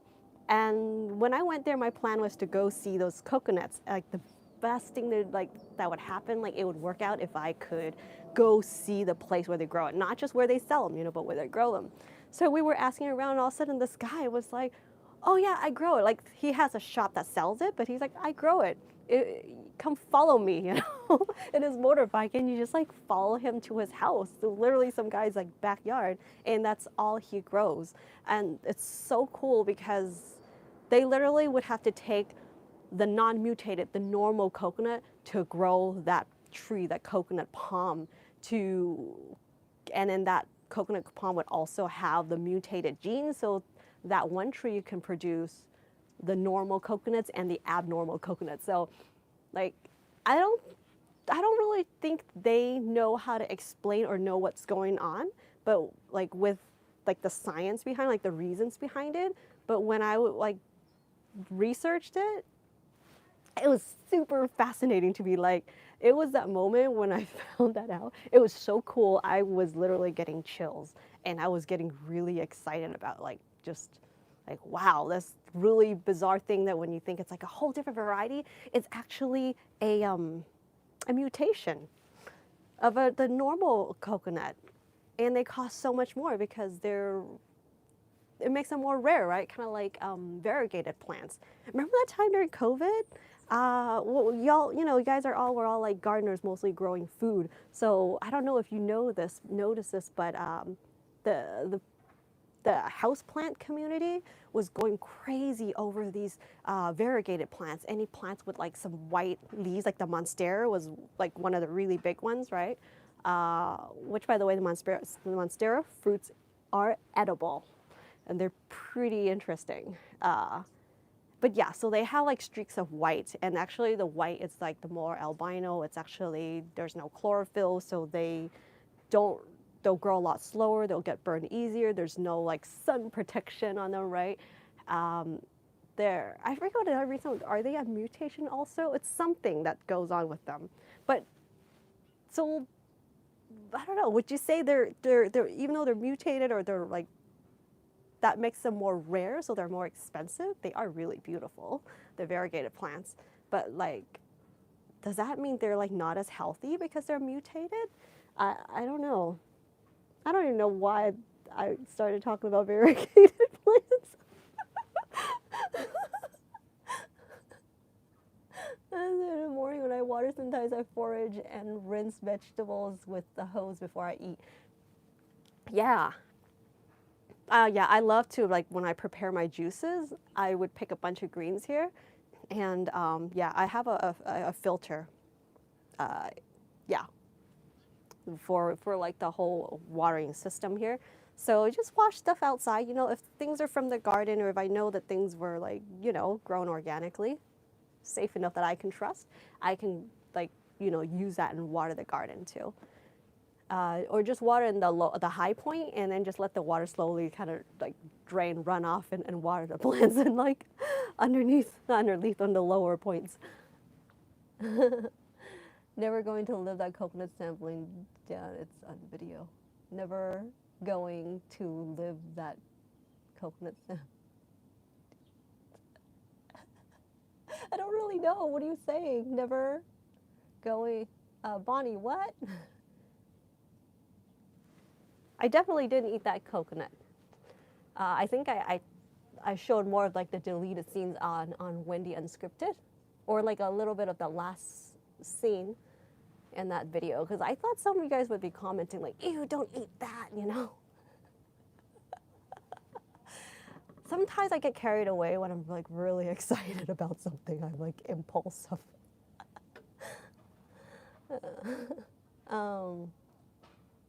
St. Manny says, dang, I wish I was going. No, wait, I'm adding words to your writing. Dang, I was just going to say, where were they going to do during COVID times? Yeah, eat the Monstera instead of buying food. You don't have that many. That is not a massive producer.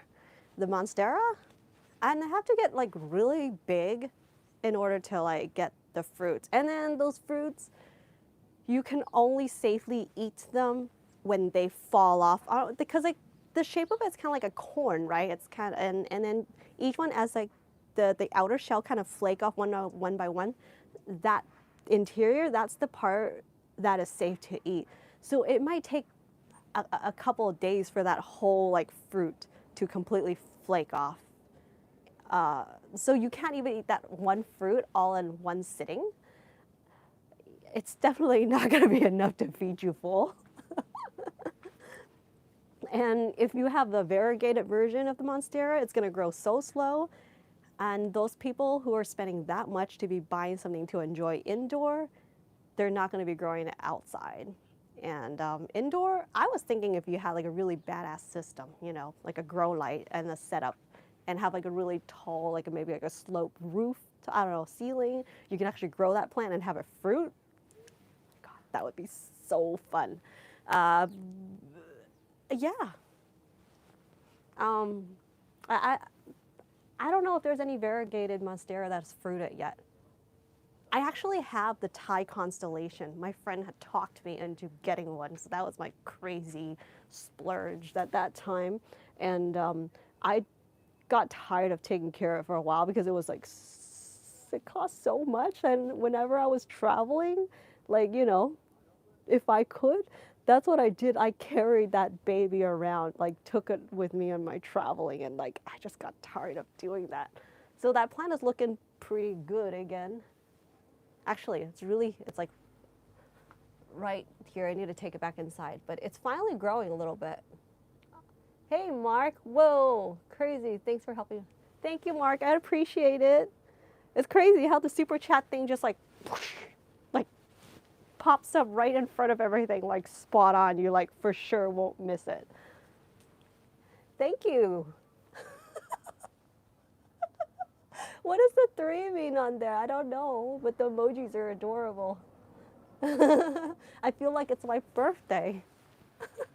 Um, Yay! I guess we'll drink tea for that. Oh my god, it's turning a more. It's so pretty. Oh, it's getting cold, but it sure the smell is like doesn't change. Mm.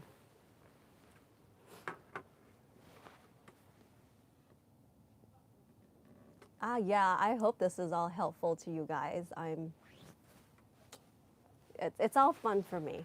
Like I never really know when I'm being helpful because I'm like seriously just talking. You know what I mean? Like I'm just telling you my experiences and like I'm having fun. Telling you about my silly, random, spontaneous trips and random stuff I saw, and all of a sudden I'm like drifting off. Oh, this. I need to, I, I need to make sure this my the table. You guys can't see it, but it was like tipping again. I need to control my gestures here. It's a tight space. Oh, but yeah. What was I saying? Houseplants. That's right. So yeah, I was getting tired of doing that, but I do. I have the Thai constellation, and I have thought of putting it outside. But if you guys know how monsteras grow, they grow huge. Like they're really big plants, but they usually grow. They would climb. They actually have arrow roots that would like kind of like dragon fruits. You know, like plants. They would like grab. They have these arrow roots where they would grab onto and climb up the trees. And you see a lot of these type trees similar or has this sort of growth behavior in like the tropical places. And the thing I learned so interesting about monstera, why they start having these holes as the plant gets older, is that so they can provide some light for the leaves below. That's why they have these like Swiss cheese, they call them, right? Like leaves. It's so cool. They grow their own skylight, which actually made me think like, hey, what if I made a hole? I don't really make a hole, you know, like what if I can walk out to the roof through like in the house? What if we cut a hole and actually enter the roof through the house? Like that would be cool. Oh no. What happened to all of you guys? So oh, suddenly feeling it's getting a little more cold now. Mm. All right, guys.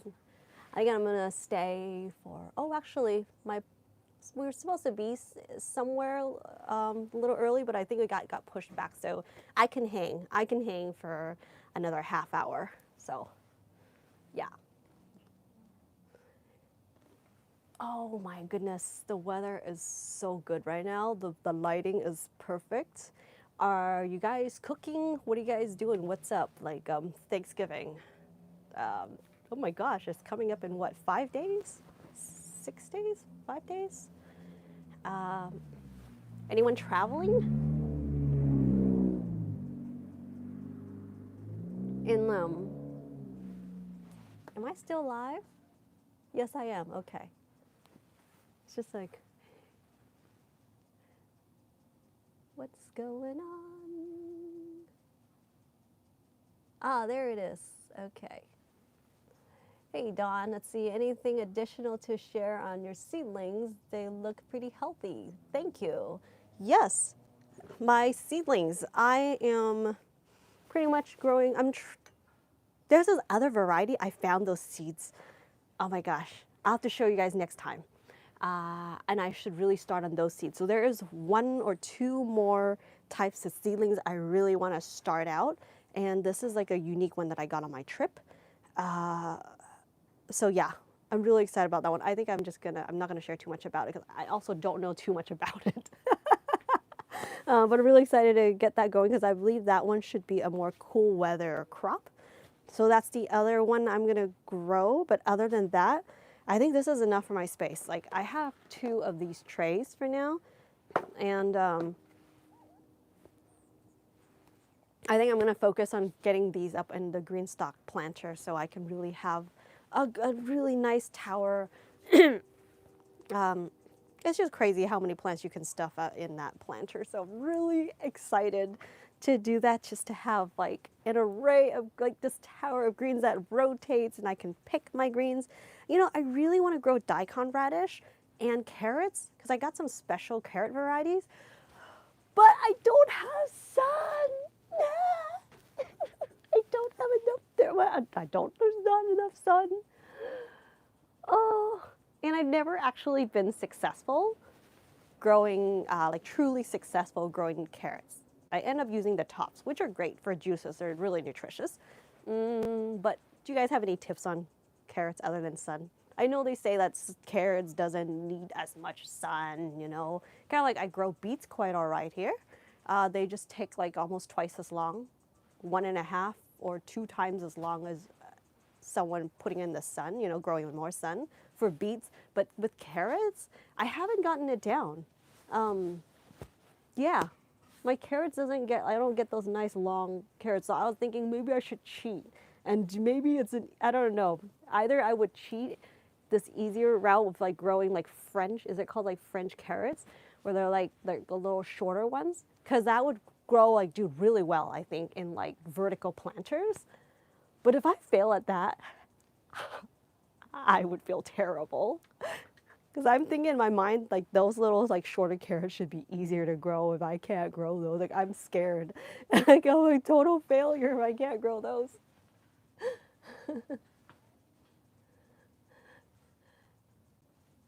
Hi, Charlotte. Welcome, welcome, welcome to our garden hangout.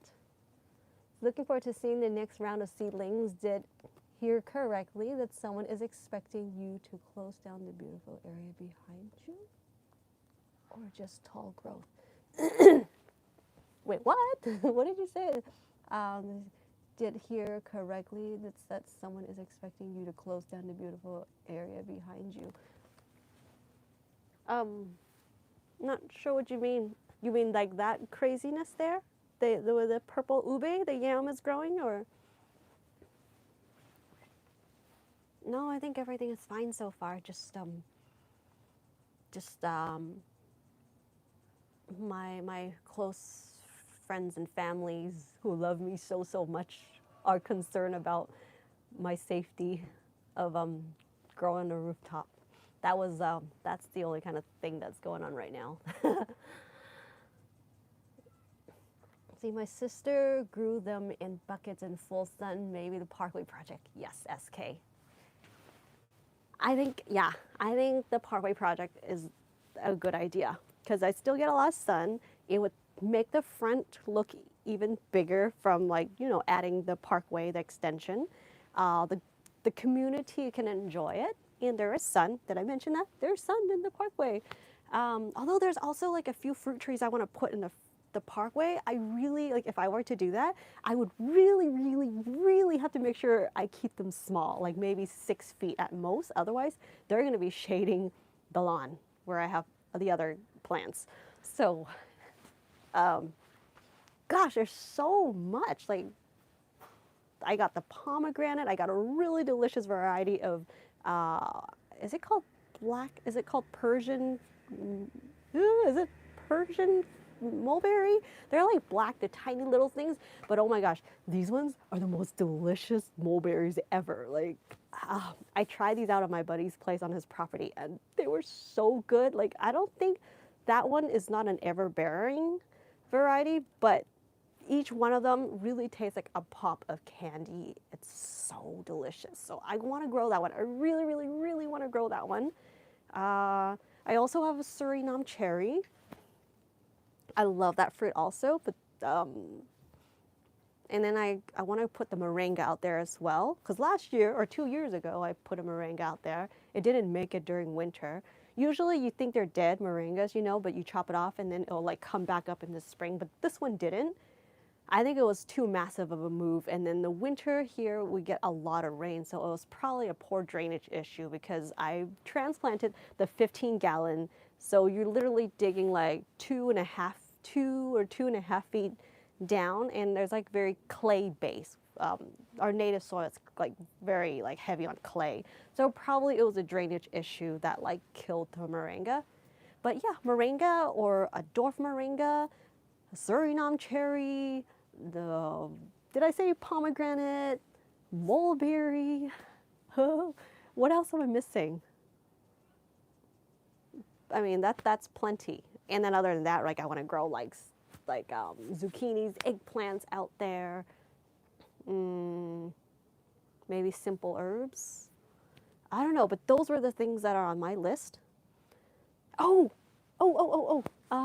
Sunchokes, sunflowers.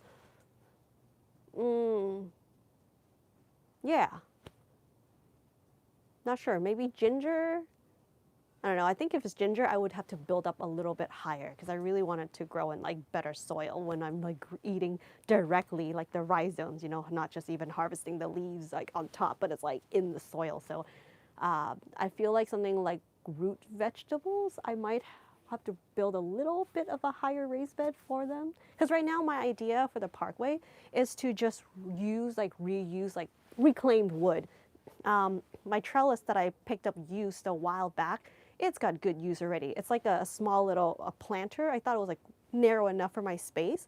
And it's got a trellis, but it's kind of falling apart and I don't really have use for it anymore. I can use those pieces of wood and just basically build like boxes out there. And I don't think I can build them very tall, probably from this reason for the city, but like, I don't know, maybe 6 inches or something, 6 inches tall. And I'll just build like squares with these, repurpose these pieces of wood. But I'm excited about that. I've been wanting to do that, but I just haven't gotten around to it. Thank you, Charnette. See, Don says, gotcha, thought this was why you were considering to move to the roof. No, the reason why I want to move to the roof because I want to extend the growing project. Like I was thinking like, wow, I have the roof and the parkway. Man, I'm getting greedy. I'm getting so greedy.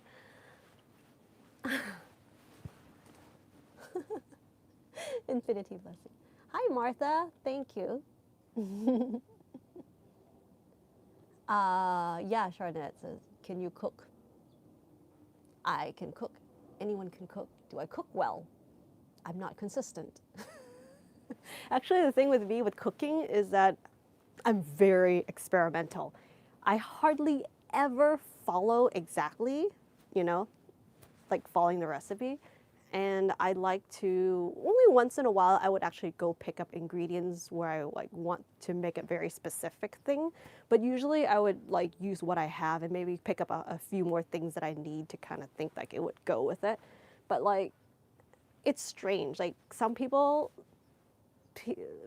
may think they know me because they're like, oh wow, you really know food, so you must eat really well. Like you must be super picky where you would only eat things that would taste really good, that are perfectly grown and shaped and or whatnot. But like I know what good food is, but at the same time, I always tell myself not to be too picky, and you just gotta take like the best of what you have in that at that moment, you know. And I think that would just make your life, for me personally, I just think that would make my life easier, and that I can also enjoy and have a good time in general, rather than just be so fixated on that specific thing. So yeah, anyway, so back to, can I cook? Well, I hardly ever repeat something unless I really love it. But most of the time, I'm very like improv. Yeah, so things are always slightly a little different, and like depends what's growing out there too, right? Because I really love to flavor with herbs. That's what really makes something like shine to me, is like the spices, the herbs, and I like to grow things that I can't really like buy. So Yeah, or even like my teas. And you know what's kind of funny is I like having my strawberries with like strawberry mint. For some reason, like I've had like friends try strawberry mint and they're like, oh, you know, maybe, I don't know, like it doesn't really smell too much like strawberries to them, but to me, I'm like, wow. And it enhances the strawberries. To me, when I have the strawberry mint with the regular strawberries, it makes me, it tastes like I'm having an alpine strawberries. For those of you who've had alpines, know what I'm talking about. It's like super like tiny little soft strawberries, but they are so fragrant. They are like concentrated, like Jolly Rancher, you know, like a candy. It tastes like artificially scented. Is that how you say it? Artificially scented. Yeah, but going back to cooking, I was thinking of doing more experimental and some random kind of cooking I do at home on like my other channel. I got my second channel up. I'm still like working and getting more content out there. But if you guys are interested, I would love for you to subscribe. It's called Wendy Unscripted. So it's still gonna be more spontaneous, random experiments, just the fun I have. I would say in life. Not that I don't have fun in the garden, but like something not so specific about gardening. I'm gonna move that sort of content over there. So I'm seeing some stuff that I grow, and I can show you guys how I eat some like the foods that I grow. So apparently, I think some people, like some of you guys on this channel, would just prefer to see like how certain things are grown rather than like the cooking aspect of it. So I thought I should just move that and have a like separate. I love fruits and vegetables. They are so tasty. Like, yes. Yeah, in fact, like one of our friends made this cabbage last night that was so delicious. Veggies, and like really, if you make the food right, like cooked veggies are so flavorful. They're super delicious, and fruits. Yeah, I can't believe there's like so many different types of fruits out there that's so different. Like, you guys ever have a hard time explaining? Like, you know how I like to share and like show you guys the new or different types of fruits, right? And vegetables. And like, it's so hard when you taste something you've never had, or try to describe to someone who's never had something, but that fruit that you're tasting reminds you, is similar to some other fruits that the other person also never had. So when you're like, let's say I'm like, okay, if you never had a pineapple and you've never had, I don't know, stupid example, okay, if you never had oranges, you've never had strawberry or kiwi, you never had pineapples, and I'm eating a pineapple and I'm telling you this pineapple to me tastes like a cross between like a kiwi and what did I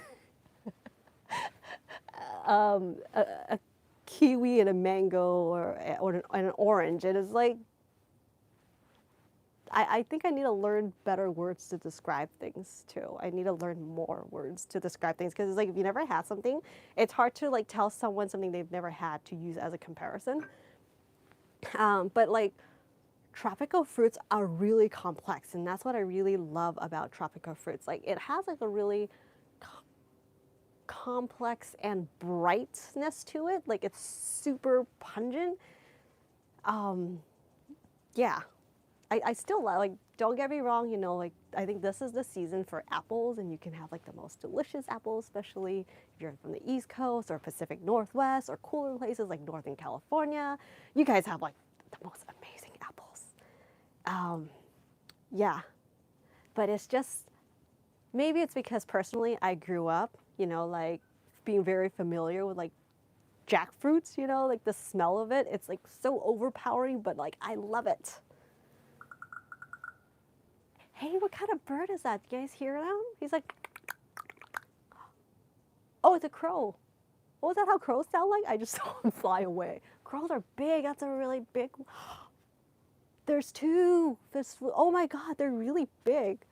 Where have I been all this time? I see a bunch of them, but I never actually see them spread their wings. Like I always see like a bunch of them in like a line on a cable. Okay, so now I know what crows sound like.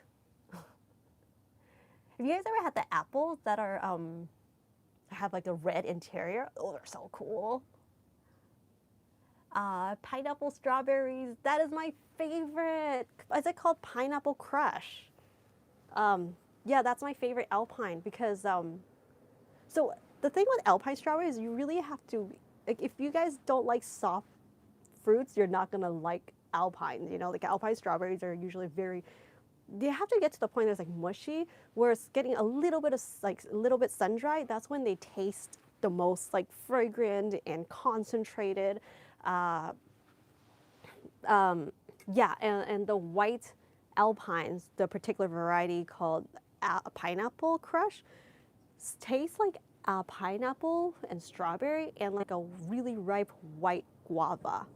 So it has a very tropical flavor with the strawberries. So like that's like my top favorite alpines or strawberries to grow, and they're really hardy. They're really hardy. I love that. And Jamaican food and fruits. Yeah, sure did. I love the spices. And you guys eat a lot of like, what is that called? Tapioca? It's like cassava, right? I love cassava. In fact, I saw someone posted that apparently there's a such thing as a purple cassava in somewhere in South America. Oh my goodness, it's like purple ube. And then now you got like the purple cassava, which is probably even more rare on this side of the earth. But man, I would love to try that. So cassava in Vietnam, we use it mostly, I think, for like sweet food, like in desserts, or they would steam it plain and then dip it with a little bit of salt and sugar and like toasted sesame seeds. Or you can grind it as like a flour and they use it to make, usually make sweets out of stuff like that. I don't think I've ever had a cassava Vietnamese dish that's like savory. I think I will do that. The problem with cassava here in the SoCal is that it's very difficult to find good ones. I should try like the Caribbean or Jamaican markets. Huh? I should look up where they are because yeah, the Asian markets have them. They like have a really thick coat of wax on it, so they usually they're bad when you like cut it open. It's like black and rotting on the inside. It's hard to find fresh ones. I think someone can grow those. I've never tried to grow them here. I think that, yeah, that might be worth growing because it's really hard to find a good one out here. See, this year I had pineapple strawberry growing in my lawn. You mean you actually have them like replacing your like grass? I would love to do that and just have like little stepping stones in between and walk through.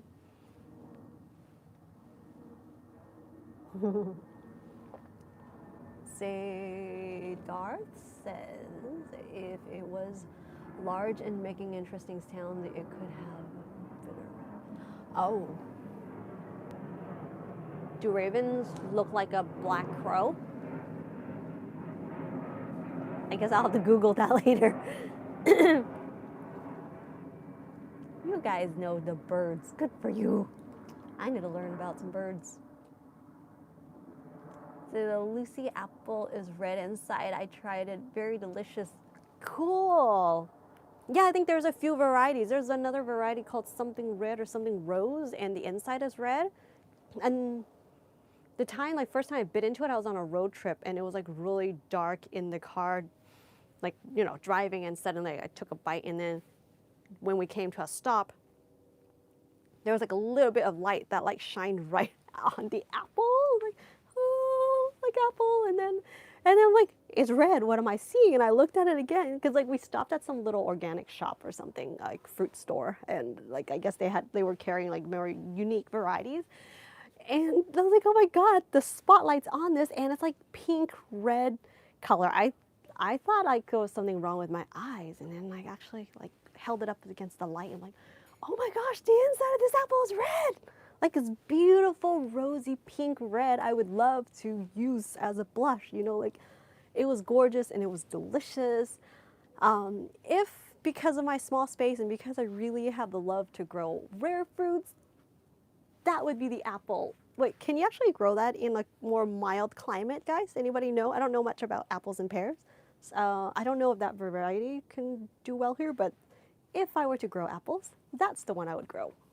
Not that it's just nutritionally good for you. Is that even a, I don't know if that's even the right way to put the sentence. But it's so beautiful. It's just so cool. It's bizarre. It's a great conversational piece too. And imagine your juice, like just, that's a beautiful rose red. Like, oh, okay. Roy will read on. I meant the strawberries were growing accidentally in the lawn. Those are good accidents. And then they'll keep multiplying, even better accidents. See, hummingbirds are the coolest. They look so fake. They do, right? Like, especially when you, if you record them, like film them at like a double the speed, like at 60 or 120 frames per second. And like when you slow it down, you can see it's so magical, like the way, like it's so like delicate and lacy and transparent, but there's colors. It's like radiescent. Is that the word? How you say? Radiescent? How do you say the word? Oh my God, I'm so bad with vocabulary. Radiescent. I'm just gonna drop that word. Anyway, I feel like I'm putting two words, blending the words. And they just have like rainbow sheer, the sheer and the sheen to them, and like sparkly, and you can see like the movement and like fading, and or yeah, they do. They look so animated. I love them. I've been trying to take a picture of them outside on my, like, I have a pretty good sized pineapple sage out there because it's got like this beautiful like lime green leaves, right?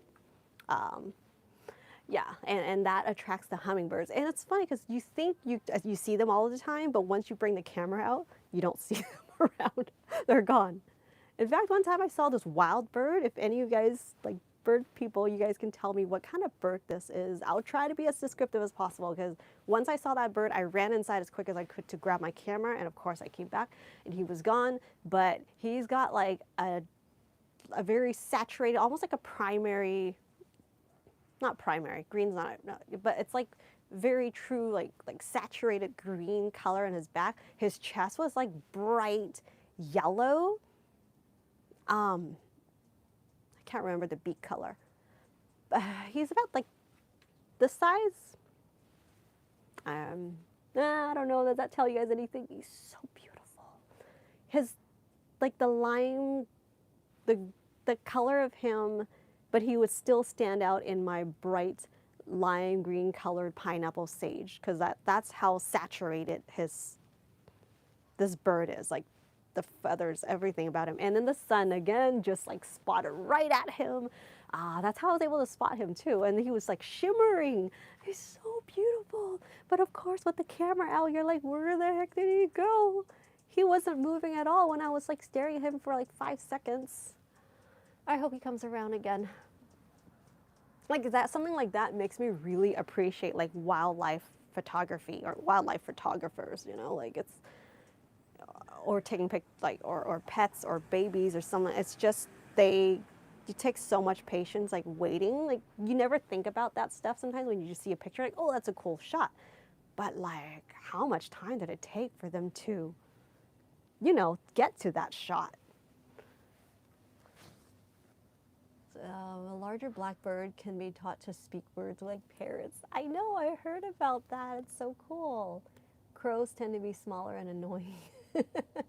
I'll try to Google and see what it is. I wonder if it is a raven or a, what did you say? A crow. Crows are very smart too.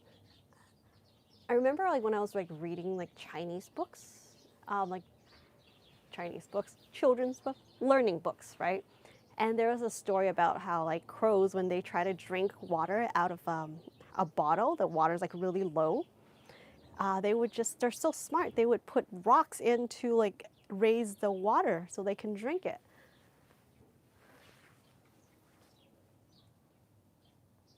I think most apple trees need a period of below freezing temperature. Yeah, there's definitely some people that grow apples out here, but it's not as good. They probably have bred some sort of variety that does okay out here, but I'm sure they definitely don't taste anything like the apples where you guys the places where you have to put your gardens to bed.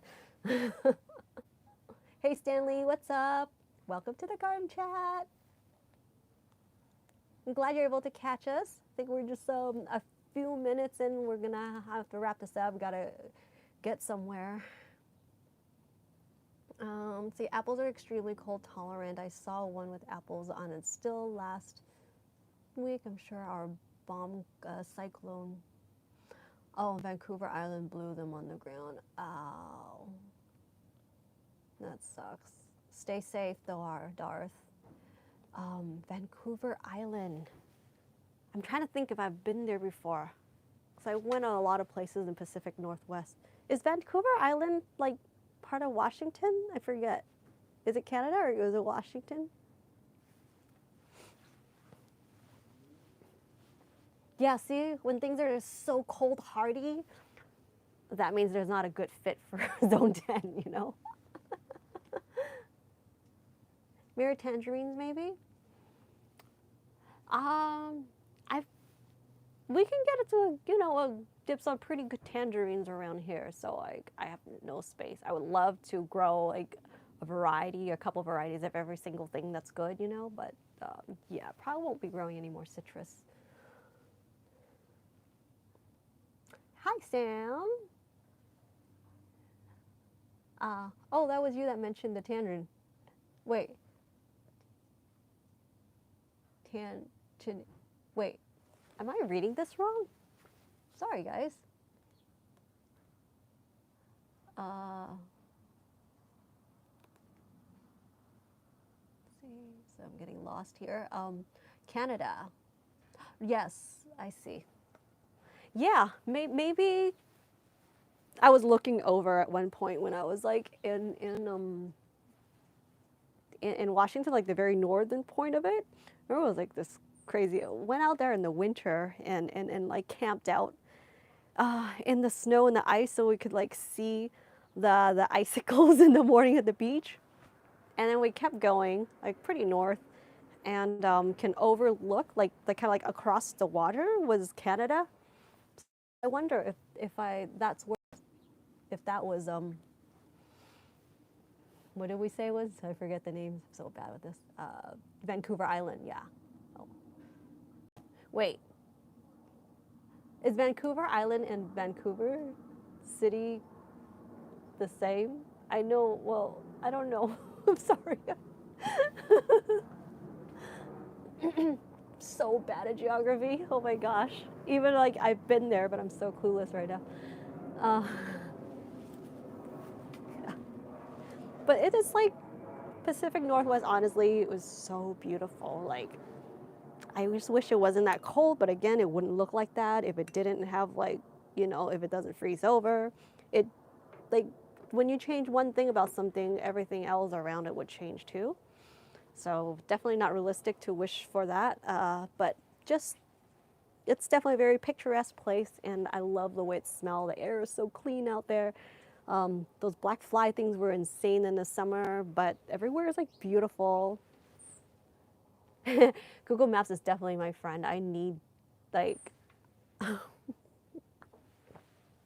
I wouldn't know where to go if someone like snatched my phone. What's up, Luis, crap. Ooh, I forget how to say your name. Green Zebra Gardening, good morning. All the sunshine and tea. Forgive me for not saying your name correctly. Ugh. I remember you though. I think that's the most important. Hey, maybe we can do like a live. Well, let's see how live would go. But so Green Zebra Gardening, my buddy, growing out of Long Beach area. I actually had thought of like maybe going live with you. Maybe like when you're working on the community garden or something. I just don't know how the reception is out there. Like live, that's just kind of like the only drawback with like live things. No, not today. I can't do it today anyway. That would be way too spontaneous. You just woke up. Is it time for tea? Is it time for coffee for you? here's something interesting. I think caffeine actually either has no effect on me or it makes me sleepy. Does that happen to any of you guys?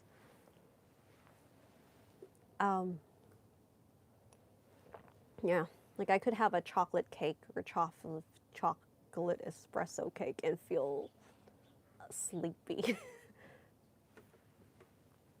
But I sure enjoy it in the moment. I know these chats are kind of like early, but I really appreciate you guys for being here, especially those of you who are in my in Pacific time. Coffee naps are real. Much needed. Oh, I just dropped a label. Oh, parsley.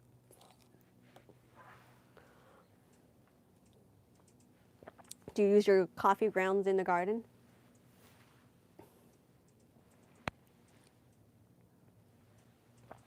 I don't know how well it actually works. Do you guys know, like, deterring pests with coffee ground? Because I have access to a really good coffee ground. And I started recently to just kind of spread them out around, like, different places. I used to just put them in the worm bin and the compost bin, but now I'm starting to kind of spread them out a little bit to see if it helps. Oh, I also did add that to my tea plant, my Camellia sinensis, how you say it? Yeah, it doesn't have an effect on it so far because that is the tea plants do prefer more acidic soil. So I was hoping I can add, increase the acidity of the soil by adding the coffee ground. They don't deter pests. Yeah, someone told me it does, but I didn't really see much difference. Heck, all these like bigger, it depends on how big the pests are too. They just trample all over everything. They're like breaking my impatience, these like delicate branches falling all over the place, killing these plants, and probably should propagate some stuff just in case. Coffee and everything goes in the garden, into the garden. So like in place, just like dig a hole, or do you just kind of spread them around? What do you do, soup can? See, coffee grounds just go right in the compost bin for you. Awesome. Yeah, I did that for a long time, but I just started kind of experimenting, putting it around. I also have that worm tower, which is like you drill holes in a pipe or like a container and you like bury most of it in ground. Yeah, in the ground. So I started adding that coffee ground in there as well and tea leaves.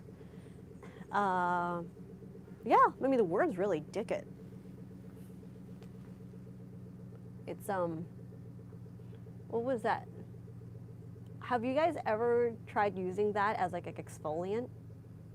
I started doing that ever since like I saw that they sell those, and it actually worked really well as like a exfoliant, a scrub. It just smells so good, right? The coffee ground, and like really, like, you seriously do feel like the skin, like your hands feel a lot more like smooth, where it doesn't even feel like my own hands. I'm like, is this really my hands?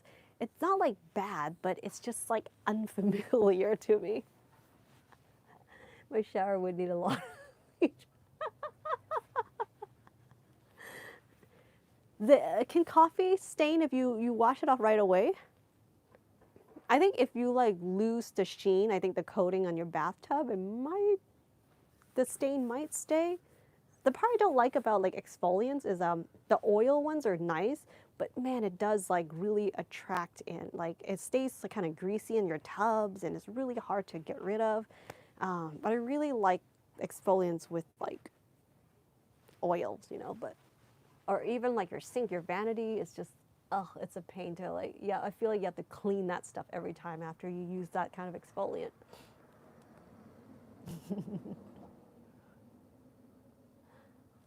Yeah. What was the other thing that's substitute to bleach? Is it called baking wash? Is that what it's called? It's basically baking soda that they had baked in a high temperature or something. And it's like, it just kind of becomes like a little more like a natural like bleach. Works pretty well. I've used it before. I've never tried making it yet. I can't remember if I have tried making it. Maybe not. Say some plants go straight to soil and some plants, but most go to the chicken coop. Oh, awesome. First we have one run that all the kitchen waste goes to chicken handling all the work. That's awesome. Yeah, it's nice when you have like pets, chickens, a tortoise, I don't know, a turtle. I think what would be nice if like my neighbors had pets that I can give them to. That would be like the ideal situation. See, when coffee grounds clog the drain. Good question. We do have a strainer. Is that what it's called? A strainer thing on the drain. So it catches all the big stuff.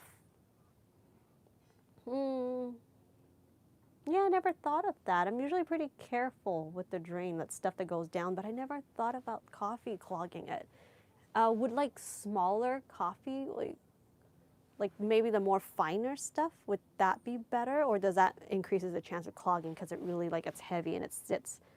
Or do you like make sure you do it in flowing water or let water run through it really well right after? Or if you have like I guess like a shower head that you can like detach and like really hose it like straight on into the drain to make sure everything goes through, like flush it. I don't know.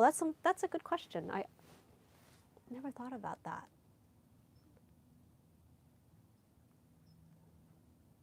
Interesting. I just use baking soda and dishwash. Never heard of. Yeah, yeah. Look it up. I think it's called baking wash or something like that. It's literally like I think that they use baking soda and they like spread it out in a pan and like stick it in the oven. Guess it changes the the chemical compounds. If the chickens eat the weeds too, I'm like totally getting chickens. Oh, they eat weeds. Chickens are generally not picky. They would eat almost anything. Yeah, I don't know what they don't eat actually. They're really not picky.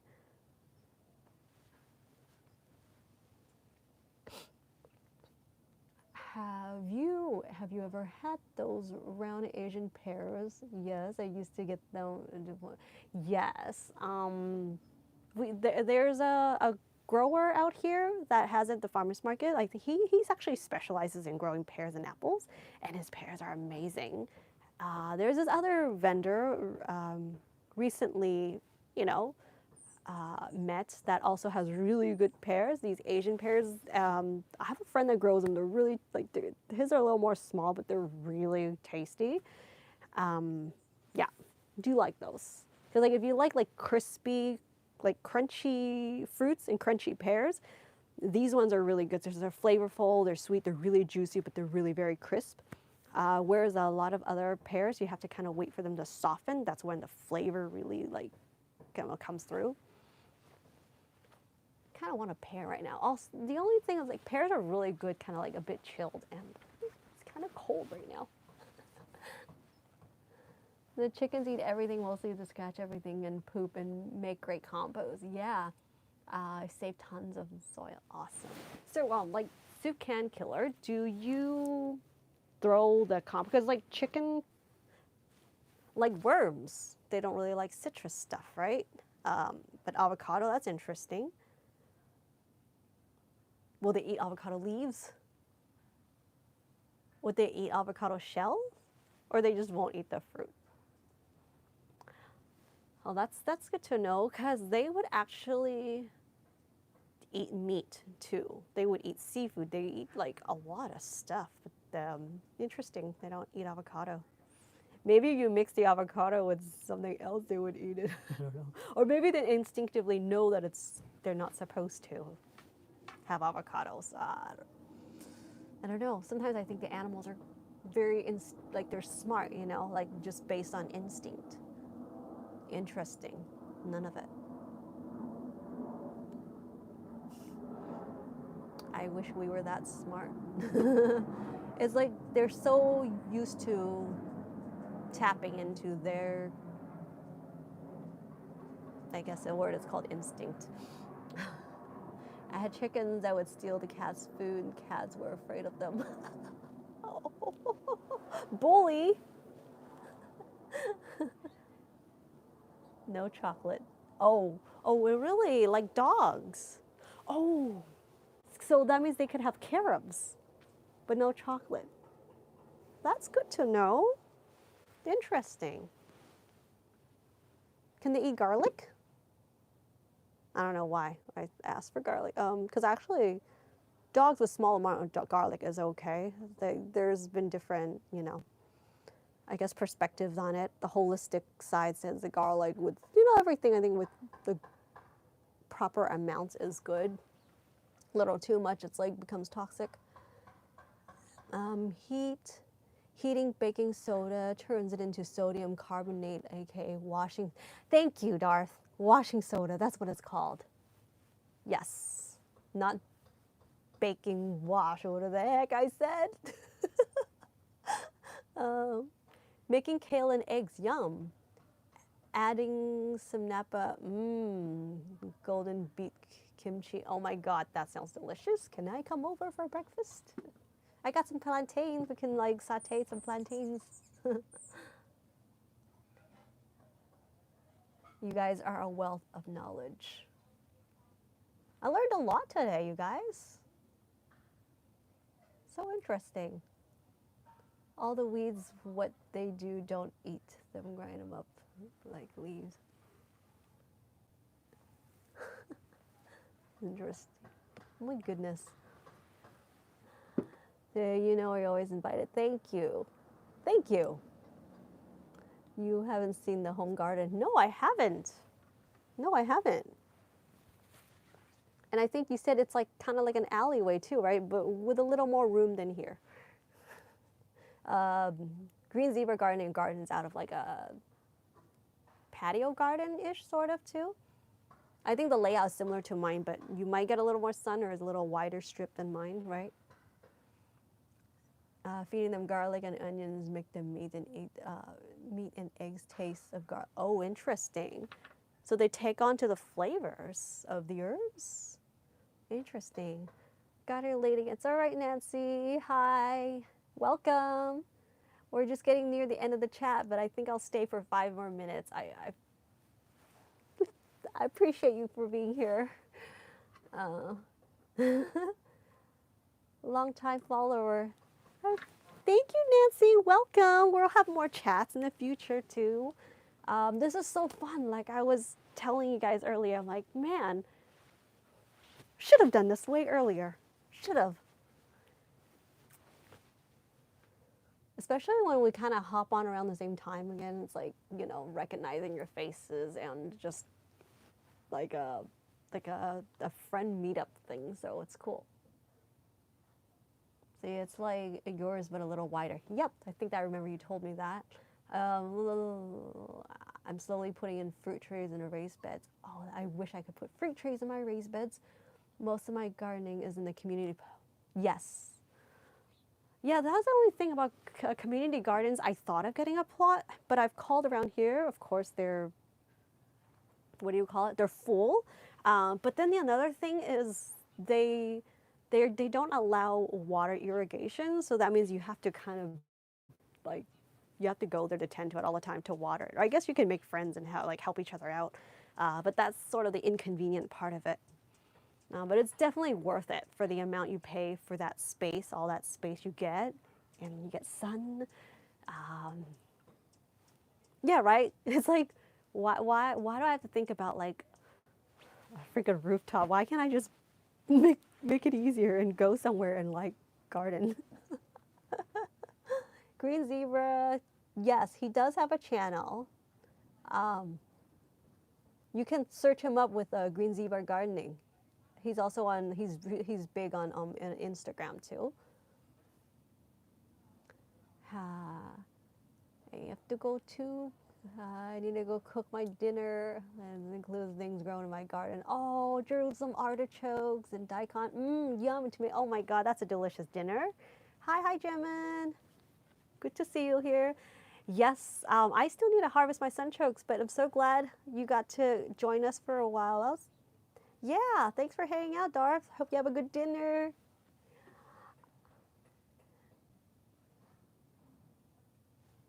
tomatoes are still going for you. That's pretty good. That's really good, actually. I'm stuck in an apartment and had to move. My son said I turned the place into... Nancy, high five to that. I love it. Cool, I'll be working in Long Beach today. Oh, yeah. Long Beach has a great farmers market. Is it for today, actually, right? It goes on Saturdays, right? Not Sundays? Yep. I like listening to the chat while multitasking. Awesome. I wish I could say I'm a great multitasker, but I'm not. I enjoy multitasking, or I like getting the stimulant, but I don't think I do it well, though. That's the problem. So, very talented.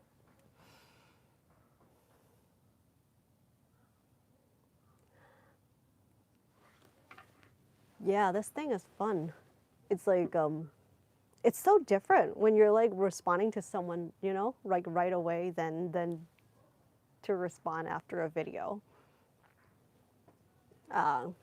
Yeah, so for those of you who are just new here, and I'm gonna wrap up pretty shortly here. We do have to like go and meet someone, but yes, I was kind of showing the difference between growing like these seedlings from with using water, and the other one being fed with Vermistera Vitality. This is like a worm casting tea, and that's like very concentrated. So far, this one is the one being fed with the worm tea. I'm seeing these little like purple like what is it called? A Hong Choi Sum is like an Asian veggie, and the Swiss charts are responding quite well to it. But overall, I say that they still look pretty similar to the ones in water. So we'll see as they keep growing. And I think I need to really either thin them out or plug them so that they can really have enough room to develop the root system. And yeah, so I'll be doing that next week. I thought of doing this with you guys here, but I don't know. Like I said before, I'm not a great multitasker. So but I think that would be good to kind of be able to kind of work through some stuff in the garden with you guys here, you know, live. But like, yeah, I might not be able to see some of your chats right away or something if I'm like multitasking. Yeah, anyway, I'll read a couple more comments here and then I gotta hop off. See, don't mind to ask when making bread dough. I know it's your That's cool though, you bake. I used to bake a lot of breads, but I haven't for a while now. Long time now, actually. I used to bake like weekly. Let's see. Thanks, Dawn. Have a great day. Time to get back outside. Yeah, I guess time to get out. Not just outside, but get out. Alrighty, guys. Thank you so much for joining this garden hangout. I definitely will be doing this again. I wish I could stay a little longer. I know some of you guys hopped on, you know, like maybe just 5 minutes ago. But I would love to see your faces again soon. Let's see, I started 38 years ago and made 2 bricks always. Wow, it's amazing. Have you been keeping that yeast, like constantly feeding it? Hey, Louise, I'm glad. Louis, oh, so sorry. I'm still not saying your name correctly. Nice to see you on here, though. I shall catch you guys again. Yeah, in a couple of weeks, I think I'm going to do it like every other week, but be sure to, you know, I'll keep you guys posted with what's going on in the community tab, the community post. And if you guys are interested in getting some stuff growing, especially if you're growing in a mild winter climate, I got some new stuff I added to the Wendyland shop. You can also go like check out like some shorts I put out more on food and like some more random stuff on my other channel, Wendy Unscripted. So yeah. But Melissa, I'm so glad you got to make it, because I remember you like left a comment about like oh, it's so early, so I appreciate you for being here. I learned temperature, don't go. Oh, that's interesting, Nancy. Okay, so they only like go to sleep or they would bloom? Cool, cool. Man, I wish I can go on with this, like, go longer. Hey, Barry, what's up? So sorry, though, I gotta go. We'll do this again soon. Maybe in, like, a couple of weeks or something. But, yeah. I will connect with you guys on the, what is it, the channel post. Have a safe, happy Thanksgiving. It's coming up pretty soon, so yeah, be safe, you guys, and I hope you guys have a great time, and I will see you in the next one.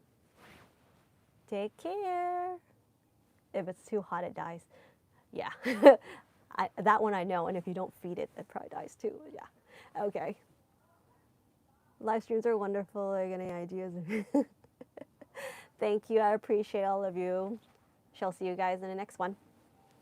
Have a great day. Bye, guys.